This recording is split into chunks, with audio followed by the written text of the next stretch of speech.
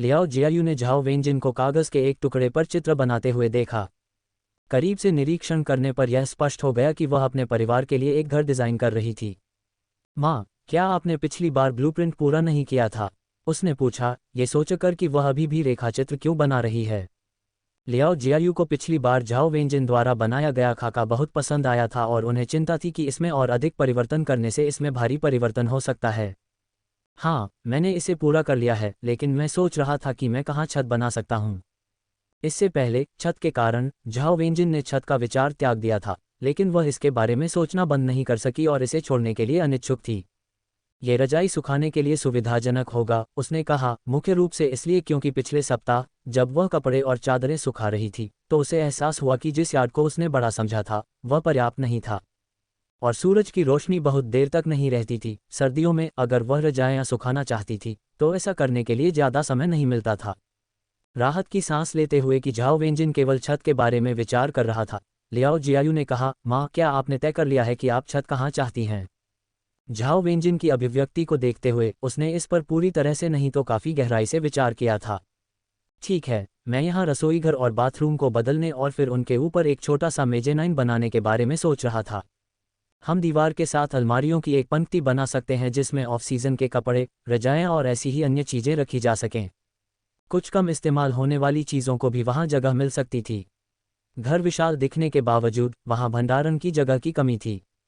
एक गृहिणी के रूप में भंडारण स्थान की कमी का विचार ही किसी को पागल कर देने के लिए पर्याप्त था। लेकिन अब इस नवीनीकरण के साथ उन्हें न केवल एक छत मिल सकती है बल्कि अतिरिक्त भंडारण स्थान भी मिल सकता है और यह निश्चित रूप से एक जीत थी। ये बहुत अच्छी बात है, लियाओ जियायू ने सहमति जताई, क्योंकि उन्हें भी इन दिनों अलमारियों की कमी महसूस हो रही थी। यद्यपि पहले दो बड़ी अलमारियां पर्याप्त होती थीं, अब उन कपड़ों को छांटने के बाद भी जो पहनने योग्य या पसंद न आने वाले थे। अलमारी अभी भी भरी हुई थी। कपड़ों के लिए एक अतिरिक्त स्थान होना स्वाभाविक रूप से सबसे अच्छा होगा क्योंकि उन्हें रखने की चिंता नहीं करनी पड़ेगी। झाओ वेंजिन ने कहा, हमारे स्थानांतरित होने के बाद आपके शयन कक्ष और अध्ययन कक्ष दोनों में फर्श से छत तक दीवारों के साथ अलमारियां बनाई जाएंगी। बेशक एक लड़की को सुंदर कपड़े पहनने चाहिए, यदि अभी नहीं तो कब, जब वह बड़ी हो जाएगी। क्या ऐसा है? लियाओ जियायू खुद को रोक नहीं सका और चिल्लाया, वाह, मैं कितना भाग्यशाली हूँ। पहनने के लिए इतने सारे सुंदर कपड़े होने का विचार किसी को भी उत्साहित कर सकता है। इतने सारे कैबिनेट के बारे में सुनकर लियाओ काई ने टिप्पणी की, क्या ये थोड़ा ज़्यादा नहीं है? जियो यू अभी भी एक छात्र है। किसी युवा लड़की को बहुत अधिक सुंदर कपड़े पहनाना निश्चित रूप से लड़कों का अवांछित ध्यान आकर्षित कर सकता है, जिससे समय से पहले ही रोमांस शुरू हो सकता है और इस प्रकार सब कुछ बर्बाद हो सकता है। हालांकि लियाओ काई की चिंताएं कुछ निराशाजनक थीं, लेकिन वे बिना किसी औचित्य के नहीं थीं। लियाओ जियायू, मैं तुम्हें नए कपड़े खरीद दूंगा, लेकिन तुम्हें अपने ग्रेड याद रखने होंगे। मैं कड़ी मेहनत से पढ़ाई करूंगी, लियाओ जियायू ने तुरंत बीच में कहा, क्योंकि उसे पता था कि अगर उसके ग्रेड खराब हो गए तो वह अच्छे कपड़े नहीं पहन पाएगी। इसके अलावा हमारी कक्षा के लड़के सचमुच बहुत मूर्ख हैं। मैं कड़ी मेहनत से पढ़ाई करूंगी और एक अच्छे विश्वविद्यालय में दाखिला लेने का लक्ष्य रखूंगी। अगर उसके ग्रेड अच्छे होते तो वह बाहर जाकर देखना चाहती कि बाहरी दुनिया कैसी है। उन्होंने याद करते हुए कहा, मेरे दादा दादी हमेशा कहते थे कि एक लड़की को दुनिया को देखना चाहिए और धोखे से बचने के लिए उसके तौर तरीकों को जानना चाहिए। मूल मेज़बान की यादों को याद करते हुए बुजुर्ग दंपति को इस बात का अफसोस था कि जब वह छोटी थी और उन्हें मौका मिला था तब उन्होंने उसे बाहर नहीं जाने दिया, क्योंकि वे उससे अलग होने का दुख सहन नहीं कर सकते थे। वे जीवन भर दोषी महसूस करते रहे, ये सोचते हुए कि यदि उन्होंने उसे दुनिया देखने दी होती और उसे लियाओ काई से विवाह करने के लिए मजबूर नहीं किया होता तो उसका भाग्य इतना दुखद नहीं होता। झाओ वेंजिन ने महसूस किया कि मूल मेजबान के व्यक्तित्व को देखते हुए भले ही वह बाहर जाकर दुनिया देख लेती, किसी अन्य व्यक्ति से शादी कर लेती, तो भी वह खुश नहीं रहती। लियाओ परिवार बेशर्म था, लेकिन यदि आप बेशर्मी का सामना उसी तरह की बेशर्मी के साथ करते तो वे बिल्कुल डर जाते। उन्होंने कहा, दुनिया को देखने के लिए बाहर जाना अच्छा है, यह आपके क्षितिज को व्यापक बनाता है और आपके अनुभवों को समृद्ध बनाता है। लेकिन आपके दिन कैसे बदलते हैं, इसका इस बात से कोई लेना देना नहीं है कि आप विदेश जाते हैं या अपने माता पिता द्वारा चुने गए किसी व्यक्ति से विवाह करते हैं। इसका संबंध अभी भी व्यक्तित्व से है। जब तक आप अंदर से मजबूत हैं, कोई भी आपको परेशान नहीं कर सकता। तुम्हारी माँ ने बहुत कुछ सहा है और अब मैं किसी और पर नहीं बल्कि खुद पर निर्भर हूँ और मैं अभी भी काम चला सकती हूँ।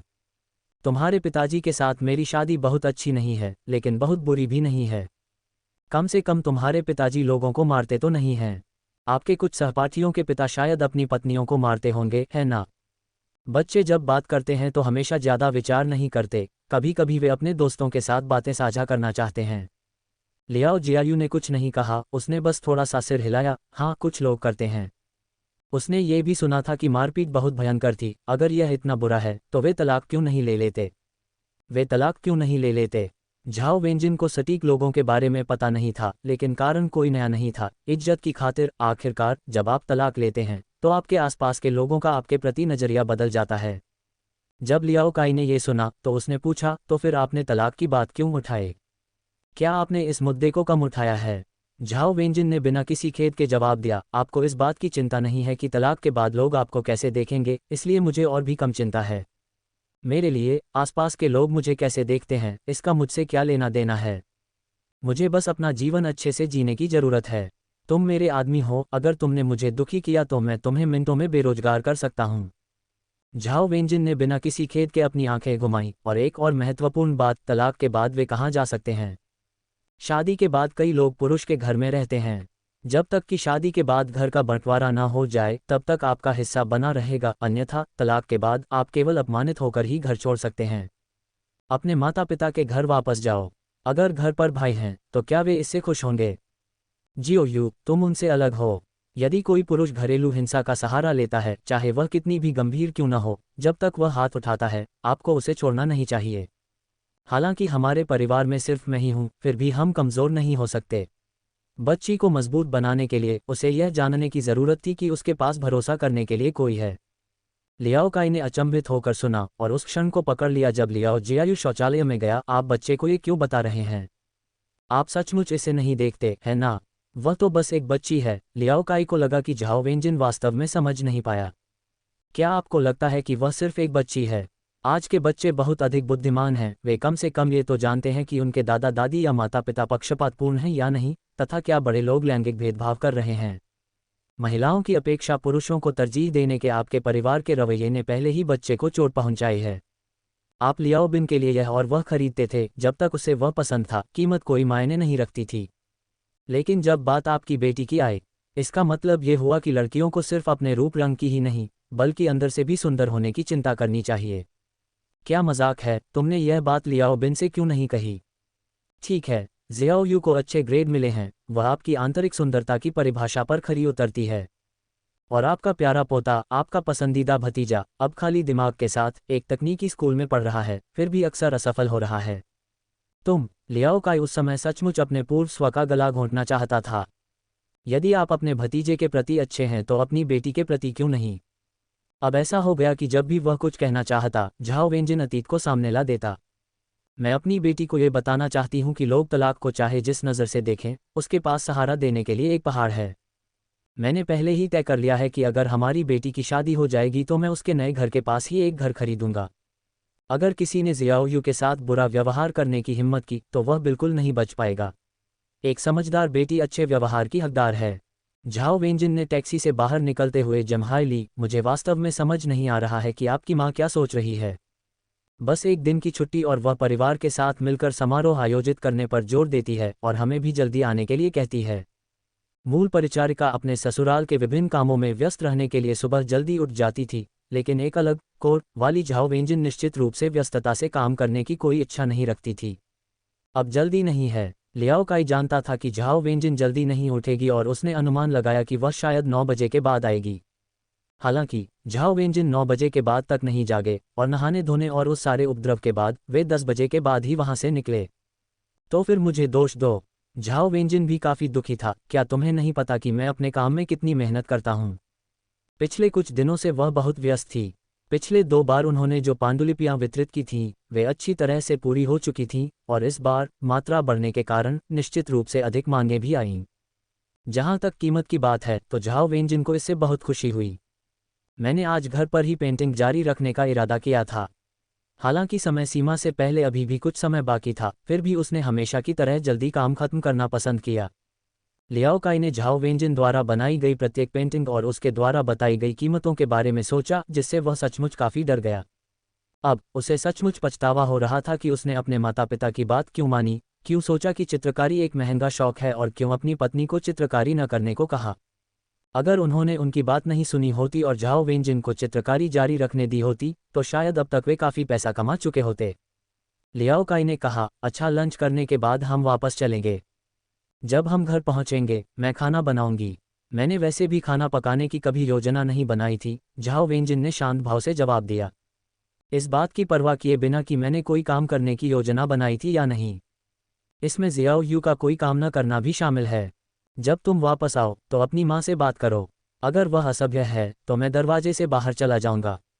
झाओ वेंजिन ने लियाओ जियायू की ओर देखा, अगर हम जमानत पर छूट जाते हैं तो हम नए सीफूड रेस्तरां में जाएंगे जो अभी खुला है। अगर यह अच्छा होगा तो हम घर ले जाने के लिए कुछ ताज़ा समुद्री भोजन खरीदेंगे। उसे कच्चे मसालेदार समुद्री भोजन की तलब बहुत समय से नहीं लगी थी और उसे इसकी बहुत याद आती थी। इससे पहले उसे समुद्री भोजन की लालसा नहीं थी, इसका कारण ताजे विकल्पों का अभाव था, इसलिए उसने इस ओर ज़्यादा ध्यान नहीं दिया था। लेकिन अब जब उसे पता चला कि कैपिटल सिटी में एक नई जगह पर ताज़ा समुद्री भोजन मिलता है तो वह निश्चित रूप से इसे नहीं छोड़ सकती थी। जब से लियाओ जियायू को पता चला कि उसे आज लियाओ परिवार के घर जाना है, उसका मूड बहुत खराब हो गया था। उस सुबह उसने लगभग बीमारी का नाटक किया, लेकिन झाओ वेंजिन ने वादा किया कि वह किसी को भी उसे परेशान नहीं करने देगी और यही एकमात्र कारण था कि वह साथ आने के लिए सहमत हो गई। झाओ वेंजिन से ये सुनकर कि दोपहर के भोजन के लिए कहीं अच्छी जगह जाने की संभावना है, बेशक उसे कोई आपत्ति नहीं थी, मुझे समुद्री भोजन बहुत पसंद है। लियाओ काई ने माँ और बेटी को यह चर्चा करते हुए देखा कि बाद में क्या समुद्री भोजन ऑर्डर करना है। मैं भी मैंटिस श्रिम्प खाना चाहता हूँ। उसे पिछली बार खाया हुआ मैंटिस श्रिम्प याद आ गया, वह सचमुच बहुत स्वादिष्ट था और उसे उसकी बहुत याद आ रही थी। ठीक है, अगर उनके पास है तो हम खरीद लेंगे। चूंकि इस बार उसकी आमदनी अच्छी थी, इसलिए उसे निश्चित रूप से अपने साथ अच्छा व्यवहार करना था। पैसा कमाने का उद्देश्य अच्छा खाना पीना का आनंद लेना था। ऐसा कोई तरीका नहीं है जिससे वह स्वयं को कमतर आंके। लेकिन अगर हमने दादी के घर दोपहर का भोजन कर लिया तो क्या होगा? लियाओ जियायू को चिंता थी कि शायद वे आज समुद्री भोजन का आनंद नहीं ले पाएंगे। उसने सहपाठियों को समुद्री भोजन रेस्तरां के बारे में बात करते सुना था, जिसमें वे कहते थे कि यह वास्तव में ताज़ा है, जिससे वह विशेष रूप से आकर्षित हुई। अगर हमने दोपहर का भोजन कर लिया है तो क्या इसका मतलब यह है कि हम नहीं जाएंगे? झाओ वेंजिन ने प्रतिवाद किया, हम रात का खाना नहीं खाएंगे।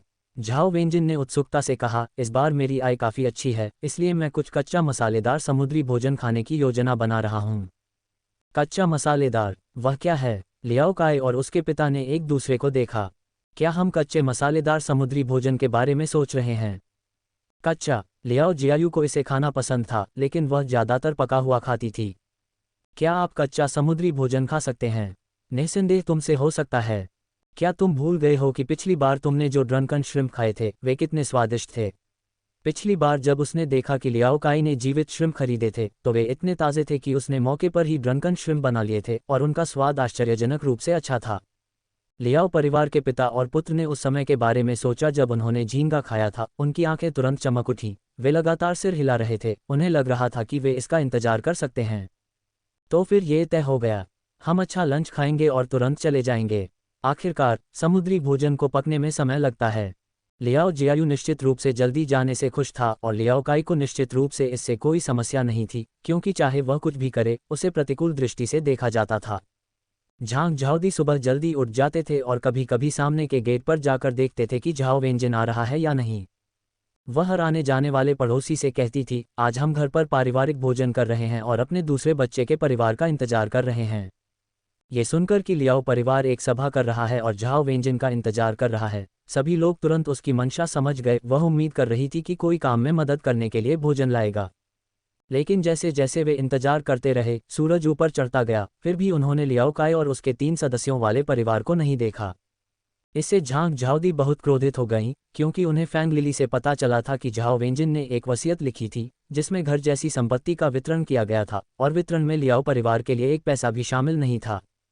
बूढ़ी औरत सचमुच बहुत गुस्से में थी। उसने कभी यह उम्मीद नहीं की थी कि वे घर और अन्य संपत्तियां लियाओ काई को छोड़ने के बजाय दान कर देंगे। वृद्ध महिला को लगा कि झाओ परिवार में संख्या कम होने के कारण कुल की समझ का अभाव है। वह झाओ वेंजिन को ये दिखाने के लिए दृढ़ थी कि परिवार क्या होता है। परिवार का मतलब था आपसी सहयोग, जिसमें संपत्तियां साझा की जा सकें। घर दान करने पर जोर क्यों दिया जा रहा है? लेकिन अब, इससे पहले कि वह अपने बच्चों को इस बारे में शिक्षित कर पाती, उन्होंने उसके मुंह पर तमाचा जड़ दिया। झांग झाओदी ने हताशा में गहरी सांस ली। नहीं, वह गुस्सा नहीं कर सकती थी, वरना वह निश्चित रूप से लोगों को भगा देगी। उसे धीरे धीरे आगे बढ़ने की जरूरत थी। फैंग लिली ने समय देखा और पाया कि लगभग 11 बज चुके थे, लेकिन घर पर शायद ही कुछ था और वह नहीं जानती थी कि लियाओ काय और उसका परिवार क्या लाएगा। अंतर्ज्ञान ने उसे बताया कि यदि वे कुछ लेकर भी आएं तो वह ज़्यादा नहीं होगा। माँ, लगभग 11 बज गए हैं। क्या मुझे बाहर जाकर कुछ खाना खरीदना चाहिए? लियाओ जुवान जम्हाई लेते हुए अपने कमरे से बाहर आए। हाल ही में वह काम में व्यस्त थी। फिर घर का नवीनीकरण हुआ और उसे अपना पसंदीदा फर्नीचर चुनना था और अपनी आवश्यकताओं के अनुसार घर का नवीनीकरण करवाना था। वह बहुत व्यस्त थी, लेकिन उसे सबसे अधिक परेशानी अच्छे फर्नीचर खरीदने और शानदार नवीनीकरण कराने की थी, जिसके लिए धन की आवश्यकता थी। उनके पास शुरू में ज़्यादा बचत नहीं थी और वर्तमान मरम्मत का खर्च उसके ससुराल वालों द्वारा दहेज के रूप में दिया जा रहा था, जिस पर उसने जोर दिया था। ये धनराशि लगभग पूरी तरह खर्च हो चुकी थी तथा इसे जारी रखने के लिए और अधिक धनराशि की आवश्यकता थी, लेकिन झांग झाओदी ने पहले ही स्पष्ट कर दिया था कि इसे अधिक की अपेक्षा न करें क्योंकि वे अतिरिक्त धनराशि उपलब्ध नहीं कराएंगे। जहां तक लियाओ जुन और उनकी पत्नी का सवाल है, वे और भी अधिक सीधे थे। उन्होंने कहा कि उन्हें लियाओ बिन के लिए एक अपार्टमेंट खरीदने के लिए पैसे बचाने की ज़रूरत है, क्योंकि उन्हें इस बात की चिंता है कि अगर उन्होंने अभी पैसा खर्च किया तो वे उसे चुका पाएंगे या नहीं। लियाओ जुवान को फैंग लिली की तिरस्कारपूर्ण अभिव्यक्ति याद आ गई, जिससे वह बहुत क्रोधित हो गई। उन्होंने स्वीकार किया कि फिलहाल उनके पास पैसे नहीं हैं, लेकिन चीज़ें हमेशा ऐसी नहीं रहेंगी। लेकिन वह कोई हंगामा नहीं कर सकती थी क्योंकि उनके पास ज़्यादा पैसे नहीं थे और उन्हें अभी भी लियाओ बिन के लिए एक घर खरीदना था। क्या झांग झाओदी और अन्य लोग उसे लियाओ परिवार को परपोते के जन्म में देरी करने की अनुमति देंगे? अब वह केवल लियाओ काय और उसकी पत्नी पर ही भरोसा कर सकती थी। भले ही लियाओ काई के पास पैसा नहीं था, फिर भी झाओ वेंजिन था। उसने झाओ वेंजिन के नाम से घर में अपनी शादी भी नहीं की। अब उनके पास अपने विवाह घर के नवीनीकरण के लिए पैसे की कमी थी, तो क्या धनी भाभी झाओ वेंजिन को योगदान नहीं देना चाहिए? लेकिन जब वह जागी तो उसे आश्चर्य हुआ कि उसने झाओ वेंजिन और उसके परिवार को कहीं नहीं देखा। लियाओ जुवान आश्चर्यचकित था, क्या झाओ वेंजिन वास्तव में नहीं आया है? अतीत में झाओ वेंजिन हमेशा ताज़ी सामग्री के लिए बाजार जाने के लिए सुबह जल्दी उठ जाते थे। 9 बजे तक वह निश्चित रूप से यहाँ आ जाती, सामग्री तैयार करती और खाना बनाती, और उन्हें बस बैठकर खाना खाना होता। एक संतोषजनक भोजन और मिठाई के लिए फल के बाद बर्तन धोने की भी जरूरत नहीं थी। सब कुछ झाओ वेंजिन द्वारा किया गया। लेकिन अब जब कोई भी नहीं आया तो ये स्थिति क्या थी? लियाओ जुवान ने अप्रसन्न होकर कहा, वे न आने का निर्णय तो नहीं ले सकते थे, है न? लियाओ काई कुछ सामान लेकर आंगन में गया, तभी उसने लियाओ जुवान को उनके परिवार के बारे में बुरा भला कहते सुना। झाओ वेंजिन ने मुस्कुराते हुए लियाओ काई की ओर देखा, आप अपनी छोटी बहन के साथ बहुत अच्छा व्यवहार करते हैं और वह आपको इस तरह से भुगतान करती है। लियाओ काई, तुम सचमुच असफल हो, उसने कहा। माँ, लिली, लियाओ जुवान। झाओ वेंजिन ने लियाओ जुवान की उपस्थिति को देखते हुए पूछा, लियाओ जुवान, क्या तुम अभी उठे हो?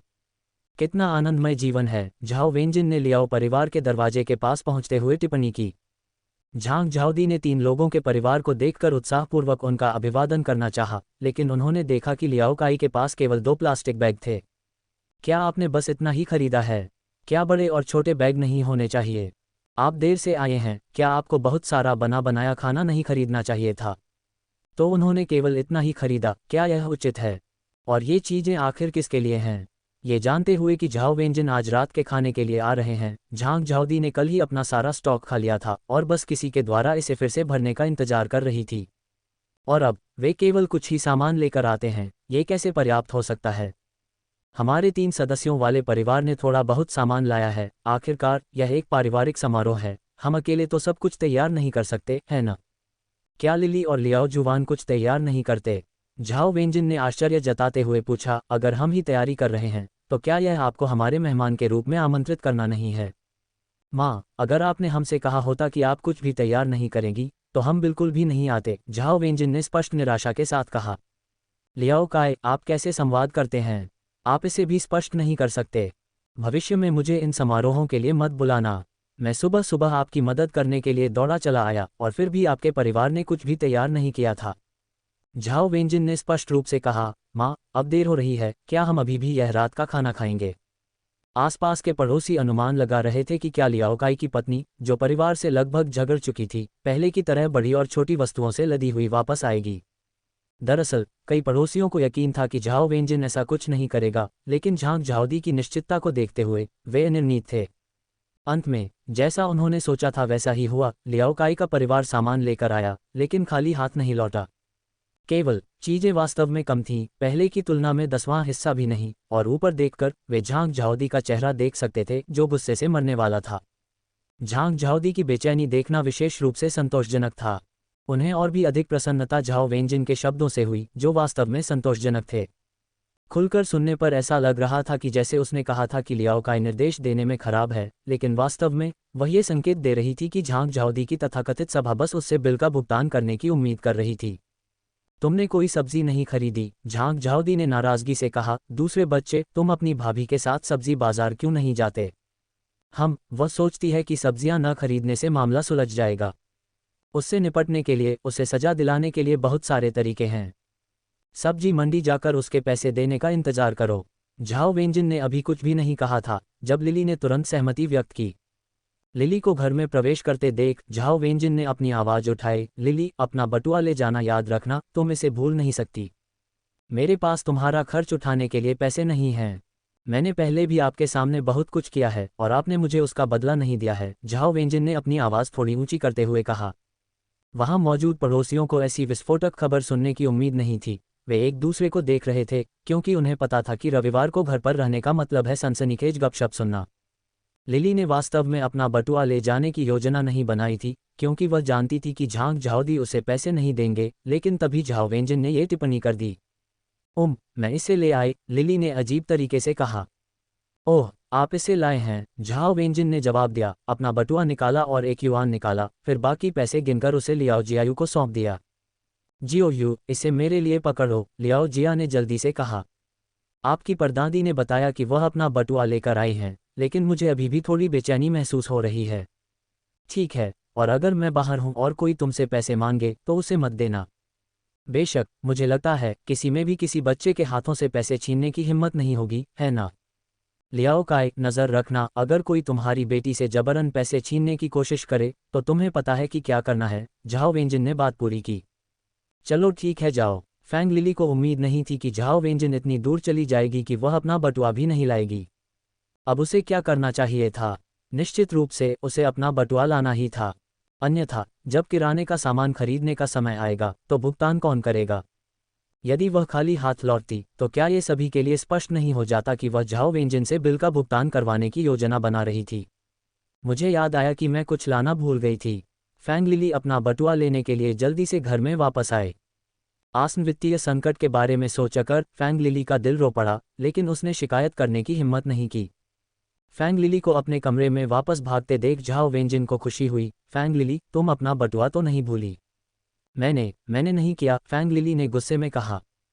यदि अन्य लोग सत्य का अनुमान लगा भी लें तो क्या उसे स्पष्ट करने की वास्तव में कोई आवश्यकता थी? ओह, आप इसे लाए, झाओ वेंजिन ने कंधे उचकाते हुए कहा। देखो शियाओ यू, तुम्हें ये जानना होगा कि कुछ झूठ नहीं बोले जाने चाहिए।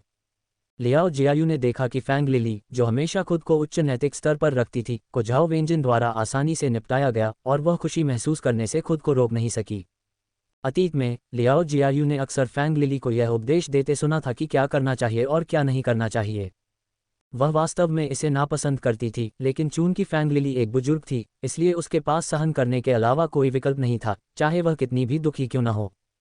फैंग लिली ने अपना बटुआ पकड़ा और उसमें कुछ और पैसे भर दिए। उसने झाओ वेंजिन को बाहर लियाओ जियायू को सबक सिखाते हुए सुना। उसका चेहरा गुस्से से तमतमा गया। कितना बदतमीज इंसान है! फैंग लिली ने घर के अंदर लियाओ जियायू को बुरी तरह से कोसा और चेहरे पर मुस्कान लिए बाहर चली गई। आपको इंतजार कराने के लिए क्षमा करें, चलिए। वैसे जियाओ यू, तुम्हें क्या खाना पसंद है? फैंग लिली ने विनम्रता से पूछा। मैं बालों वाले केकड़े खाना चाहता हूँ, चावल के केक से भरे बालों वाले केकड़े, तले हुए बालों वाले केकड़े। शुरू में छोटी लड़की कहना नहीं चाहती थी, लेकिन फैंग लिली की गंभीरता को देखते हुए वह खुद को रोक नहीं पाए। बालों वाले केकड़े। पिछली बार जब लियाओ बिन ने उन्हें खाना चाहा तो फैंग लिली ने कीमत देखी और ये देखकर हैरान रह गई कि वे कितने महंगे थे। लियाओ बिन और उसके बेटे के साथ अपने रिश्ते को सुधारने के लिए फैंग लिली ने अनिच्छा से ही सही 2 केकड़े खरीदे थे। अब ऐसा लग रहा था कि बच्चा पूरी तरह से निडर हो गया है। वह काफ़ी विनम्र थी, बिल्कुल भी नखरे नहीं करती थी, जो भी परोसा जाता था उससे खुश रहती थी और आमतौर पर सस्ते व्यंजन ही खाती थी। फैंग लिली को उम्मीद नहीं थी कि वह अब चांद मांगेगी। फैंग लिली ने अपनी चिड़चिड़ाहट को नियंत्रित किया। ज़ियाओ यू प्रिय, कोई नहीं जानता कि वह व्यंजन कैसे बनाया जाता है, तुम्हारे चाचा को आज काम करना है। उसने सोचा कि इस बहाने से लियाओ जियायू उस व्यंजन का ऑर्डर देना छोड़ देगा, लेकिन इस बार वह सचमुच गलत थी। मेरे चाचा के पास काम है, कोई समस्या नहीं, मेरे पिताजी जानते हैं कि इसे कैसे बनाया जाता है, लियाओ जियायू ने जोर देकर कहा कि एक कुशल शेफ उपलब्ध है। मेरे पिताजी स्वादिष्ट बालों वाले केकड़े बनाते हैं। आज सभी को मेरे पिताजी के खाना पकाने के कौशल का स्वाद चखने दो, लियाओ जियायू ने ईमानदारी से प्रशंसा की। अपने पिता की पाककला कौशल पर गर्व से भरी छोटी लड़की को देखकर और फिर अपने चाचा को देखकर फैंग लिली का दिल लगातार रो रहा था। वह समझ नहीं पा रही थी कि इतनी अच्छी नौकरी होने के बावजूद लियाओ का इतना निराश और हताश क्यों है। चिंता मत करो, तुम्हारी परदादी जरूर बहुत कुछ खरीद लेंगी ताकि तुम पेट भर खा सको, है ना फैंग लिली। ये जानते हुए कि वह व्यक्ति उसके पस की कितनी परवाह करता है, झाओ वेंजिन चाकू घुमाने से खुद को रोक नहीं पाए। उसे भरपेट खाना, बालों वाले केकड़ों की वर्तमान कीमतों को देखते हुए वह नहीं जानती कि उसके छोटे बच्चे को संतुष्ट करने के लिए कितने केकड़ों की आवश्यकता होगी। फैंग लिली ने गहरी सांस ली। ठीक है, उन्हें खरीद लो, वह भविष्य में ब्याज सहित लागत वसूल कर लेगी। झाओ वेंजिन बाजार में पहुंची और उसने ये बिल्कुल नहीं बताया कि क्या खरीदना है। एक शब्द में वह बस फैंग लिली के पीछे चली गई। फैंग लिली ने बाजार में डेली स्टॉल्स को देखा और वास्तव में पागल हो जाना चाहती थी। उसे वास्तव में पता नहीं था कि क्या खरीदना है। उसने सस्ता डेली फूड खरीदने के बारे में सोचा, लेकिन उसे यह चिंता थी कि पता नहीं ये लियाओ जुबान की नसों पर असर डालेगा या नहीं और उसे फिर से बुखार हो जाएगा। बेशक सबसे अच्छा तरीका यह था कि झाओ वेंजिन पहले जाएं। जियोजिन, क्या आपको लगता है कि इसे खरीदना अच्छा है? फैंग लिली ने भुने हुए चिकन की ओर इशारा किया और झाओ वेंजिन से पूछा, जिसने उस पर नज़र डाली। मुझे नहीं पता कि हर किसी को क्या खाना पसंद है, हम तीनों के लिए यह मायने नहीं रखता। बस वही खरीदो जो सबको पसंद हो। क्या आप चाहते हैं कि सारा दोष उसी पर मर दिया जाए? इसके बारे में भी मत सोचिए, मैं तो बस सामान उठाने के लिए बाहर आया हूँ। क्या आप हर किसी का स्वाद नहीं जानते? क्या आप पहले हमेशा खरीदारी नहीं करते थे? तुमने पहले ऐसा कैसे किया? फैंग लिली ने दुखी होकर कहा, सचमुच एक धूर्ततापूर्ण बात। बेशक झाओ वेंजिन को इस बात का डर नहीं था। क्या ऐसा नहीं है कि हर कोई सोचता है कि मैं जो चीज़ें खरीदता हूँ वे पर्याप्त अच्छी नहीं हैं? हर किसी की अपनी अपनी राय होती है, इसलिए आप ही फैसला करें। ऐसा लग रहा था कि इस व्यक्ति के पास भी बहुत सारी राय थीं। आखिरकार सास और नंद हमेशा कहती रही हैं कि तुम समझदार हो और अक्सर तुम्हारी तारीफ भी करती हैं। किराने का सामान खरीदना आपके लिए एक आसान काम है। झाओ वेंजिन फैंग लिली के पीछे पीछे चला गया। फैंग लिली ने झाओ वेंजिन को बुरी तरह घूरा। वह वास्तव में एक दुर्भावनापूर्ण महिला थी। कोई अन्य विकल्प न होने के कारण वह केवल झांग झाओदी और लियाओ जुवान की पसंद के अनुसार चीजें खरीद सकती थी, जो सभी वस्तुएं सस्ती नहीं थीं। कुछ डेली आइटम और कुछ सब्जियां आदि खरीदने के बाद फैंग लिली को ऐसा महसूस हुआ जैसे उसका दिल खून से लथपथ हो रहा हो। ध्यान रहे, इसके बाद भी एक बड़ा खर्च बाकी था। फैंग लिली को लियाओ जियायू द्वारा ऑर्डर किए गए मैंटिस केकड़े याद आ गए। आप आमतौर पर कितने मैंटिस केकड़े खरीदते हैं? प्रति व्यक्ति कम से कम 3, अन्यथा किसके पास पर्याप्त होगा? झाओ वेंजिन ने तुरंत उत्तर दिया। शुरुआत में प्रति व्यक्ति 3। एक बार में मैंटिस केकड़ों के लिए ये $100 से अधिक है। फैंग लिली ने महसूस किया कि उसका दिल पूरी तरह से टूट गया है। ये तो तुम्हारा परिवार ही है जो अमीर है और इस तरह खाना खा सकता है। हम इतने अमीर और फिर भी थोड़ी सी मदद करने के बारे में सोच भी नहीं रहे। फैंग लिली को अंदर से बहुत गुस्सा आया। झाओ वेंजिन जानता था कि दूसरा दुखी था। यह अच्छी तरह से होने के बारे में नहीं है, यह इच्छा की बात है। तो फिर मैंने तुम्हें अपने माता पिता के लिए कुछ खरीदते क्यों नहीं देखा? फैंग लिली की आंखें घूम गईं। यदि वह झाओ वेंजिन के हाथों से पैसे नहीं ले सकती थी तो उसे सामान खरीदने के लिए मजबूर करना भी उतना ही अच्छा था। उसे सामान खरीदने के लिए मजबूर करें। फैंग लिली, क्या तुम मूर्ख बनने का नाटक कर रही हो? ससुराल वालों के लिए चीज़ें खरीदना, चाहे कुछ भी हो, इसका फैसला लियाओ का ही करती है। जो भी रिश्तेदार हैं वे जिम्मेदारी लेते हैं। झाओ वेंजिन ने रुककर कहा, चिंता मत करो, मैं ज़रूर लियाओ काई से इस बारे में बात करूंगा। फैंग लिली ने गहरी सांस ली। क्या लियाओ काई द्वारा चीज़ें खरीदना अपने स्वयं के पैसे का उपयोग करने से भिन्न था?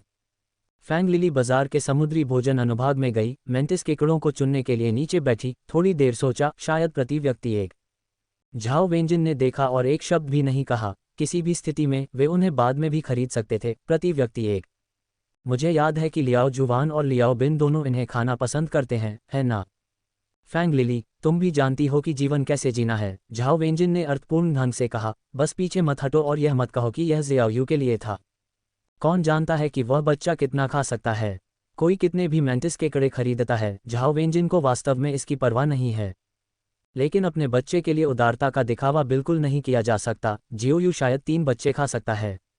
मेरा और लियाओ काई दोनों का हिस्सा ज़ियाओयू को जाएगा।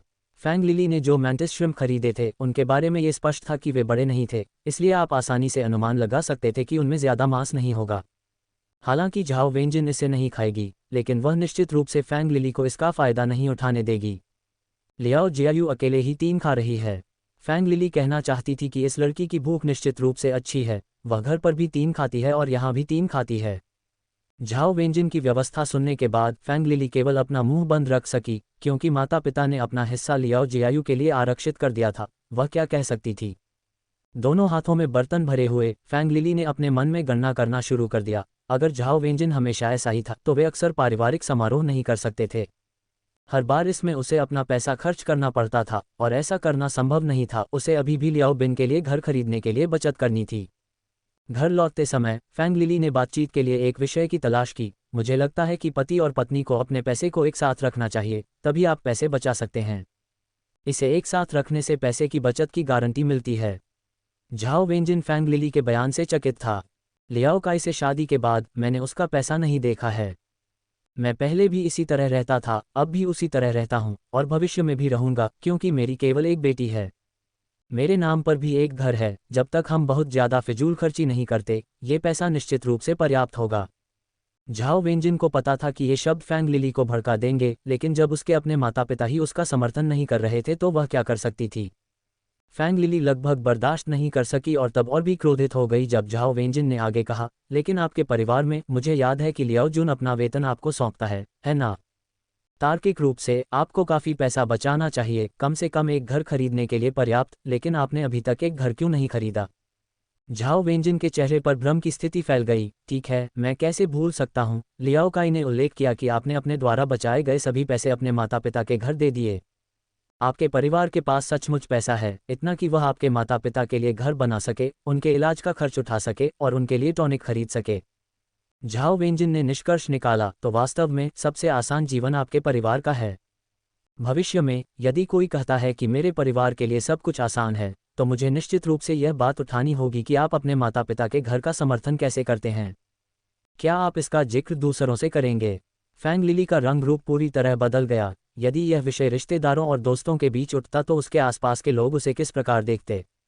वर्षों की मेहनत से बनाई गई उसकी अच्छी प्रतिष्ठा पूरी तरह बर्बाद हो जाएगी। नहीं, रिश्तेदारों को इसके बारे में बताने की वास्तव में कोई ज़रूरत नहीं है। बात यह नहीं है कि मैं ये कहता हूँ या नहीं, बात यह है कि रिश्तेदार हमें उदाहरण के रूप में इस्तेमाल करना पसंद करते हैं। अगर मेरे परिवार का जीवन सबसे आसान माना जाता है तो मुझे निश्चित रूप से कोई आपत्ति नहीं होगी, लेकिन अब आपके परिवार का जीवन हमारे मुकाबले कितना आसान है, कौन जानता है। मुझे निश्चित रूप से रिश्तेदारों और दोस्तों को ठीक से समझाना होगा। ऐसे मामलों में जाहिर है उसे फैंग लिली को अपना नाम बनाने में मदद करनी थी। क्या उसे अपना नाम बनाने की ज़रूरत है। फैंग लिली को अपनी प्रतिष्ठा की परवाह थी, क्योंकि उसे पता था कि लियाओ काई ने झाओ वेंजिन से शादी की है, जो एक ऐसी दुल्हन है जिसके पास पर्याप्त पारिवारिक संपत्ति है, जिससे वह बेहद असहज हो गई थी। किसने उसे इतना उदार बनने के लिए कहा, पैसे के बारे में ज़रा भी चिंतित न होने के लिए, इस प्रकार पैसे से परेशान फैंग लिली को पूरी तरह से ढकने के लिए। यदि ये तथ्य न होता कि उसका एक बेटा है, झाओ वेंजिन की एक बेटी है और लियाओ काई झाओ परिवार के साथ रहता है, तो यह निश्चित रूप से लियाओ परिवार के बुजुर्गों को परेशान करेगा। फैंग लिली को नहीं लगता था कि वह झांग झाओ दी की गोल्डन गर्ल बन सकती है, शायद वह बहुत पहले ही झाओ वेंजिन द्वारा दबा दी गई होती। रिश्तेदारों के सामने अपनी अच्छी प्रतिष्ठा बनाए रखने के लिए उन्हें जो भी ज़रूरत होती थी, वह हमेशा उनकी मदद करने की पूरी कोशिश करती थी। नहीं, आप ऐसा नहीं कर सकते। चाहे वह कितना भी प्रयास करे, जब तक लियाओ परिवार के रिश्तेदारों को पता रहेगा कि उसने दंपति की बचत अपने माता पिता को दे दी है, तब तक उनका असंतोष बहुत अधिक रहेगा। आपने बहुत सी बातें गढ़ी हैं, लेकिन मैं तथ्यों के साथ बोल रहा हूँ, मैं इसका उल्लेख क्यों नहीं कर सकता। लेकिन आप फैंग लिली ने वास्तव में कभी नहीं सोचा था कि झाओ वेंजिन इन चीज़ों की परवाह करेगा। अगर उसे पता होता कि झाओ वेंजिन को परवाह है, तो वह निश्चित रूप से कुछ नहीं कहती। क्या मैं परवाह नहीं करता, यही कारण है कि आप मुझे बदनाम कर सकते हैं। मुझे इसकी परवाह नहीं कि दूसरे लोग मुझे कैसे देखते हैं, लेकिन अगर कोई इस तरह मेरी निंदा करता है तो निश्चित रूप से मैं खुश नहीं हूँ। भविष्य में चाहे आप एक अच्छी बहू, एक अच्छी पत्नी, एक अच्छी माँ या एक अच्छी सास बनना चाहें, यह आपका मामला है। यदि आप आगे बढ़ने के लिए किसी पर कदम रखना चाहते हैं तो ये भी आपका मामला है। लेकिन कृपया ऊपर चढ़ने के लिए कभी मुझ पर पैर मत रखना। झाओ वेंजिन ने ये कहा और आगे बढ़ गया। झाओ वेंजिन बड़े कदमों से आगे बढ़ा। फैंग लिली ने उसकी घटती हुई आकृति को देखते हुए महसूस किया कि उस समय झाओ वेंजिन बहुत अस्पष्ट लग रहा था। फैंग लिली ने गहरी सांस ली।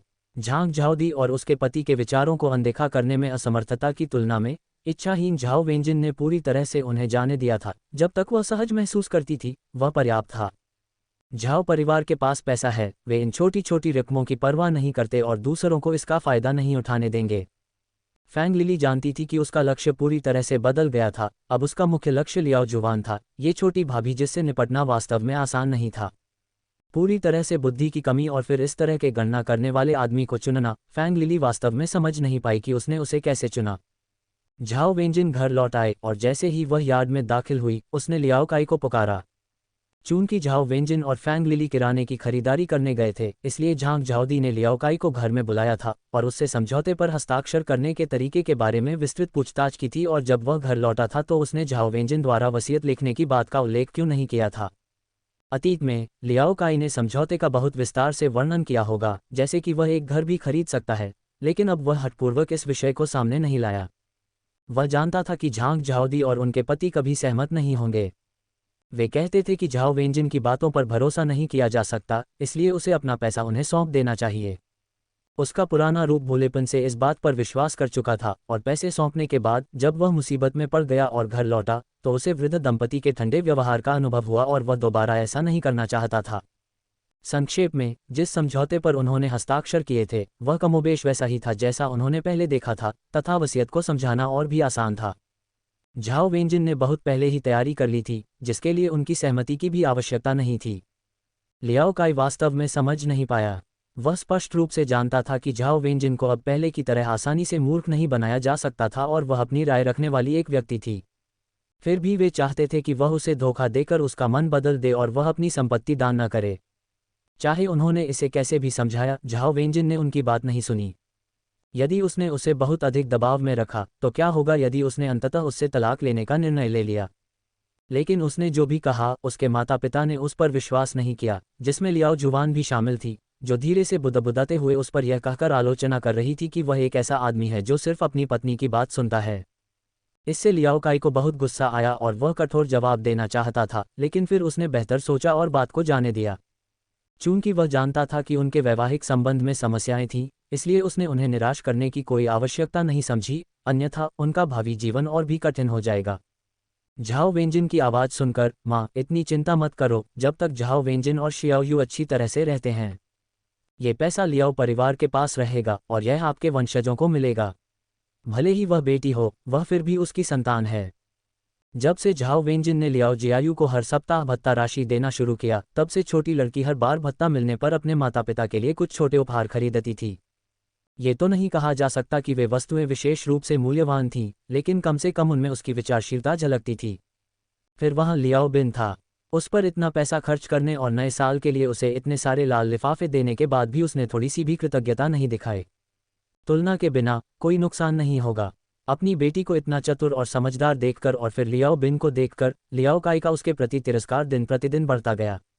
लियाओ काई को बाहर जाते देख झांग झाओदी को वास्तव में समझ नहीं आया कि क्या कहे। ये बच्चा, वास्तव में क्या वह नहीं सोचता कि बेटी और भतीजा एक ही नहीं हो सकते।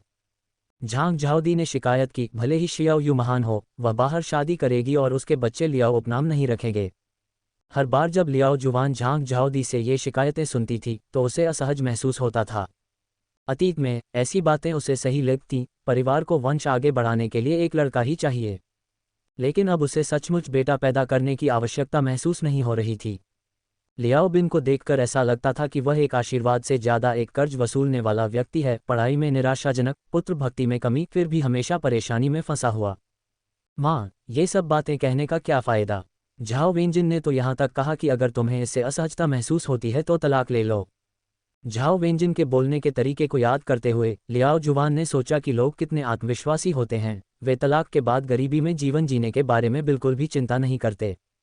लियाओ काई को झांग झाओदी के कमरे से बाहर निकलते देख झाओ वेंजिन को पता चल गया कि उसने अभी भी अपने प्यारे बेटे का ब्रेन वॉश करना नहीं छोड़ा है। बुरी बात यह है कि अब उसने लियाओ काई का दिमाग धोने की कितनी भी कोशिश की हो, उसे अब बेवकूफ़ बनाना आसान नहीं था। आज बड़ी बहन ने प्रति व्यक्ति एक मैंटिस श्रिम्प खरीदा। मैंने भाभी से कहा है कि हमारा हिस्सा जियाओयू को मिलेगा, आपको इससे कोई समस्या नहीं है ना? झाओ वेंजिन ने अपनी आवाज़ ऊंची की। प्रति व्यक्ति एक मैंटिस झींगा। लियाओ काई की पहली प्रतिक्रिया थी, क्या मेरी बड़ी बहन सचमुच इतनी उदार हो सकती है? वह मैंटिस श्रिम्प की कीमत से अच्छी तरह परिचित था। फैंग लिली की कंजूसी को जानते हुए उसने निश्चित रूप से बहुत अधिक नहीं खरीदा होगा, शायद प्रति व्यक्ति केवल आधा ही खरीदा होगा। लेकिन उन्हें ये देखकर आश्चर्य हुआ कि आज की फैंग लिली अप्रत्याशित रूप से उदार हो गई थी तथा प्रति व्यक्ति एक मैंटिस झींगा खाने की अनुमति दे दी थी। कोई बात नहीं, जियाओयू को इसे खाने दो, बाद में वह इसकी भरपाई कर देगी और खुद के लिए भरपेट समुद्री भोजन खरीद लेगी। लियाओ जियायू किताबें लेकर आए थे। चूंकि उसे सप्ताहांत यहीं बिताना था, इसलिए वह अपनी किताबें भी साथ ला सकती थी ताकि वह अधिक पढ़ सके और अपने ग्रेड सुधारने के लिए अधिक समस्याएं हल कर सके। जैसा कि उसने उम्मीद की थी, उसे पढ़ते हुए देखकर झांग झाओदी को पूछने के लिए बहुत कुछ होने के बावजूद लियाओ जियायू को बीच में टोकना छोड़ना पड़ा। ये तो बहुत अच्छा लगता है, लेकिन क्या हम सब एक एक नहीं खा सकते? घर पर भी यही होता था, अगर वह कुछ ऐसा भी खाती थी जो उसे पसंद हो तो भी उसके माता पिता उसमें शामिल होते थे। यदि तुम्हें भोजन दिया जाए तो उसे खा लो, अन्यथा बहुत से लोग उसे खाने के लिए तरसेंगे, झाओ वेंजिन ने कहा। भारी सामान उठाने से थककर वह आराम करने के लिए नीचे बैठ गया। लियाओ काई फैंग लिली के पास गया, मैंटिस श्रिम्प से भरा बैग लिया और उन्हें धोने के लिए पहले से तैयार बेसिन में डाल दिया। मैं धो दूंगा। एक नज़र में ही वह चौंक गया। भाभी, आप गंभीर नहीं हो सकती। आप इतने छोटे मैंटिस श्रिम्प कैसे खरीद सकते हैं? मैंने सोचा था कि वे काफ़ी बड़े थे, फैंग लिली ने जवाब दिया, ये सोचकर कि चूंकि झाओ वेंजिन को कोई आपत्ति नहीं थी, इसलिए वे स्वीकार्य होने चाहिए।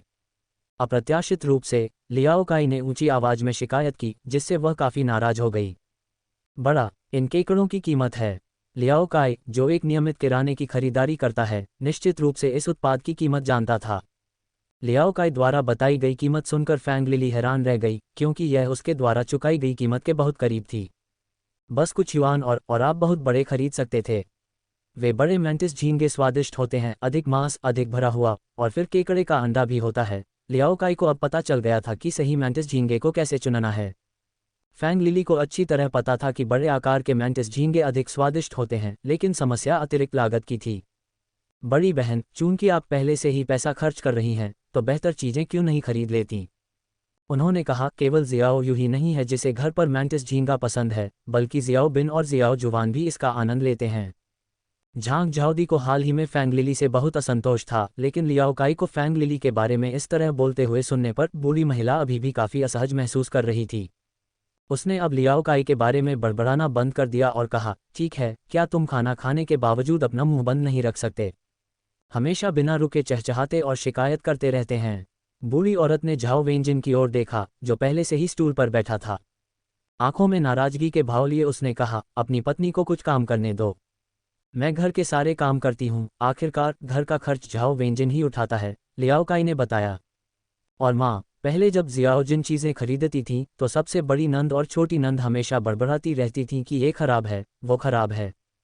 आपने उस समय ऐसा क्यों नहीं कहा?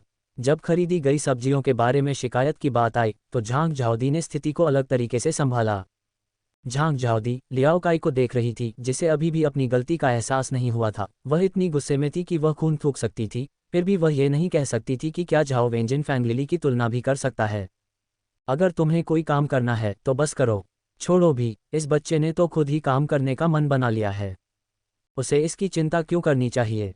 लियाओ काई कुशलतापूर्वक काम करने लगी और फैंग लिली को उम्मीद नहीं थी कि झांग झाओदी वास्तव में उसके लिए बोलेगा, जिससे उसने राहत की सांस ली। लियाओ काई, आप मैंटिस श्रिम्प्स की कीमत इतनी अच्छी तरह से बता सकते हैं, आपने उन्हें अक्सर खरीदा होगा, है ना?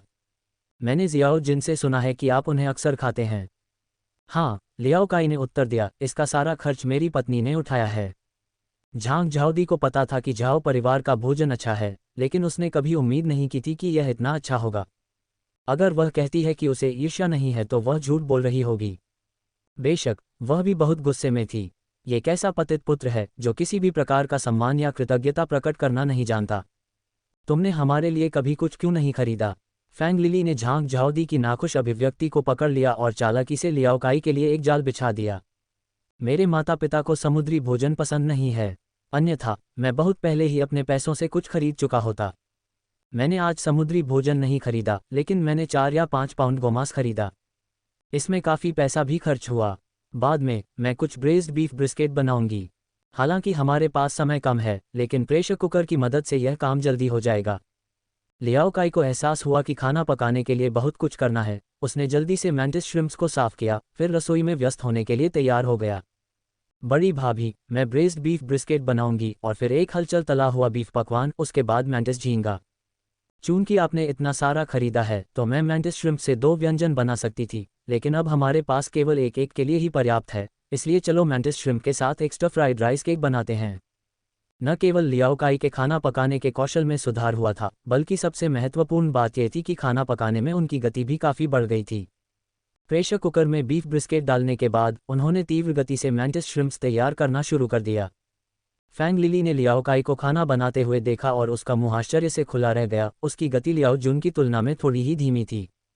लियाओ जुन एक रसोइया था जो प्रतिदिन रसोई में काम करता था, इसलिए उसकी गति तेज होनी चाहिए थी, लेकिन उसे ये देखकर आश्चर्य हुआ कि लियाओ काई, जो एक उचित रसोइया भी नहीं था, इतनी तेज गति से काम कर सकता था। और जहाँ तक स्वाद की बात है, हालांकि उसने अभी तक इसे चखा नहीं था, फिर भी हवा में फैलती खुशबू उसे लुभाने वाली थी। फैंग लिली का दिल बैठ गया। सुगंध वास्तव में आकर्षक थी। उसने पेशेवर शेफ का कोर्स भी नहीं किया था, और अगर उसने किया भी होता तो वह केवल कल्पना ही कर सकती थी कि उसका कौशल निश्चित रूप से कमतर नहीं होगा और निश्चित रूप से लियाओ जून को मात दे देगा।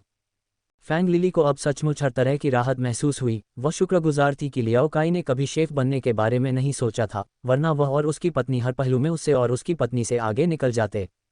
झांग झाओदी लियाओ काई को डांटने के लिए तैयार थे यदि उनके द्वारा पकाए गए व्यंजन स्वादिष्ट नहीं होते थे, तथा वे सोच रहे थे कि एक आदमी के लिए रसोई में व्यस्त रहना कब से स्वीकार्य हो गया है। उसने यह उम्मीद नहीं की थी कि लियाओ काई वास्तव में सक्षम होगा। उन्होंने न केवल प्रभावशाली गति से काम किया, बल्कि उनके व्यंजन भी स्वादिष्ट होने का वादा करते थे। झांग झाओदी को पता था कि लियाओ काई थोड़ा बहुत खाना बना सकती है, लेकिन उसका स्वाद कुछ खास अच्छा नहीं था। अब उसे एहसास हुआ कि लियाओ काई की पाककला कौशल उसके अनजाने में ही इतनी बढ़ गई थी।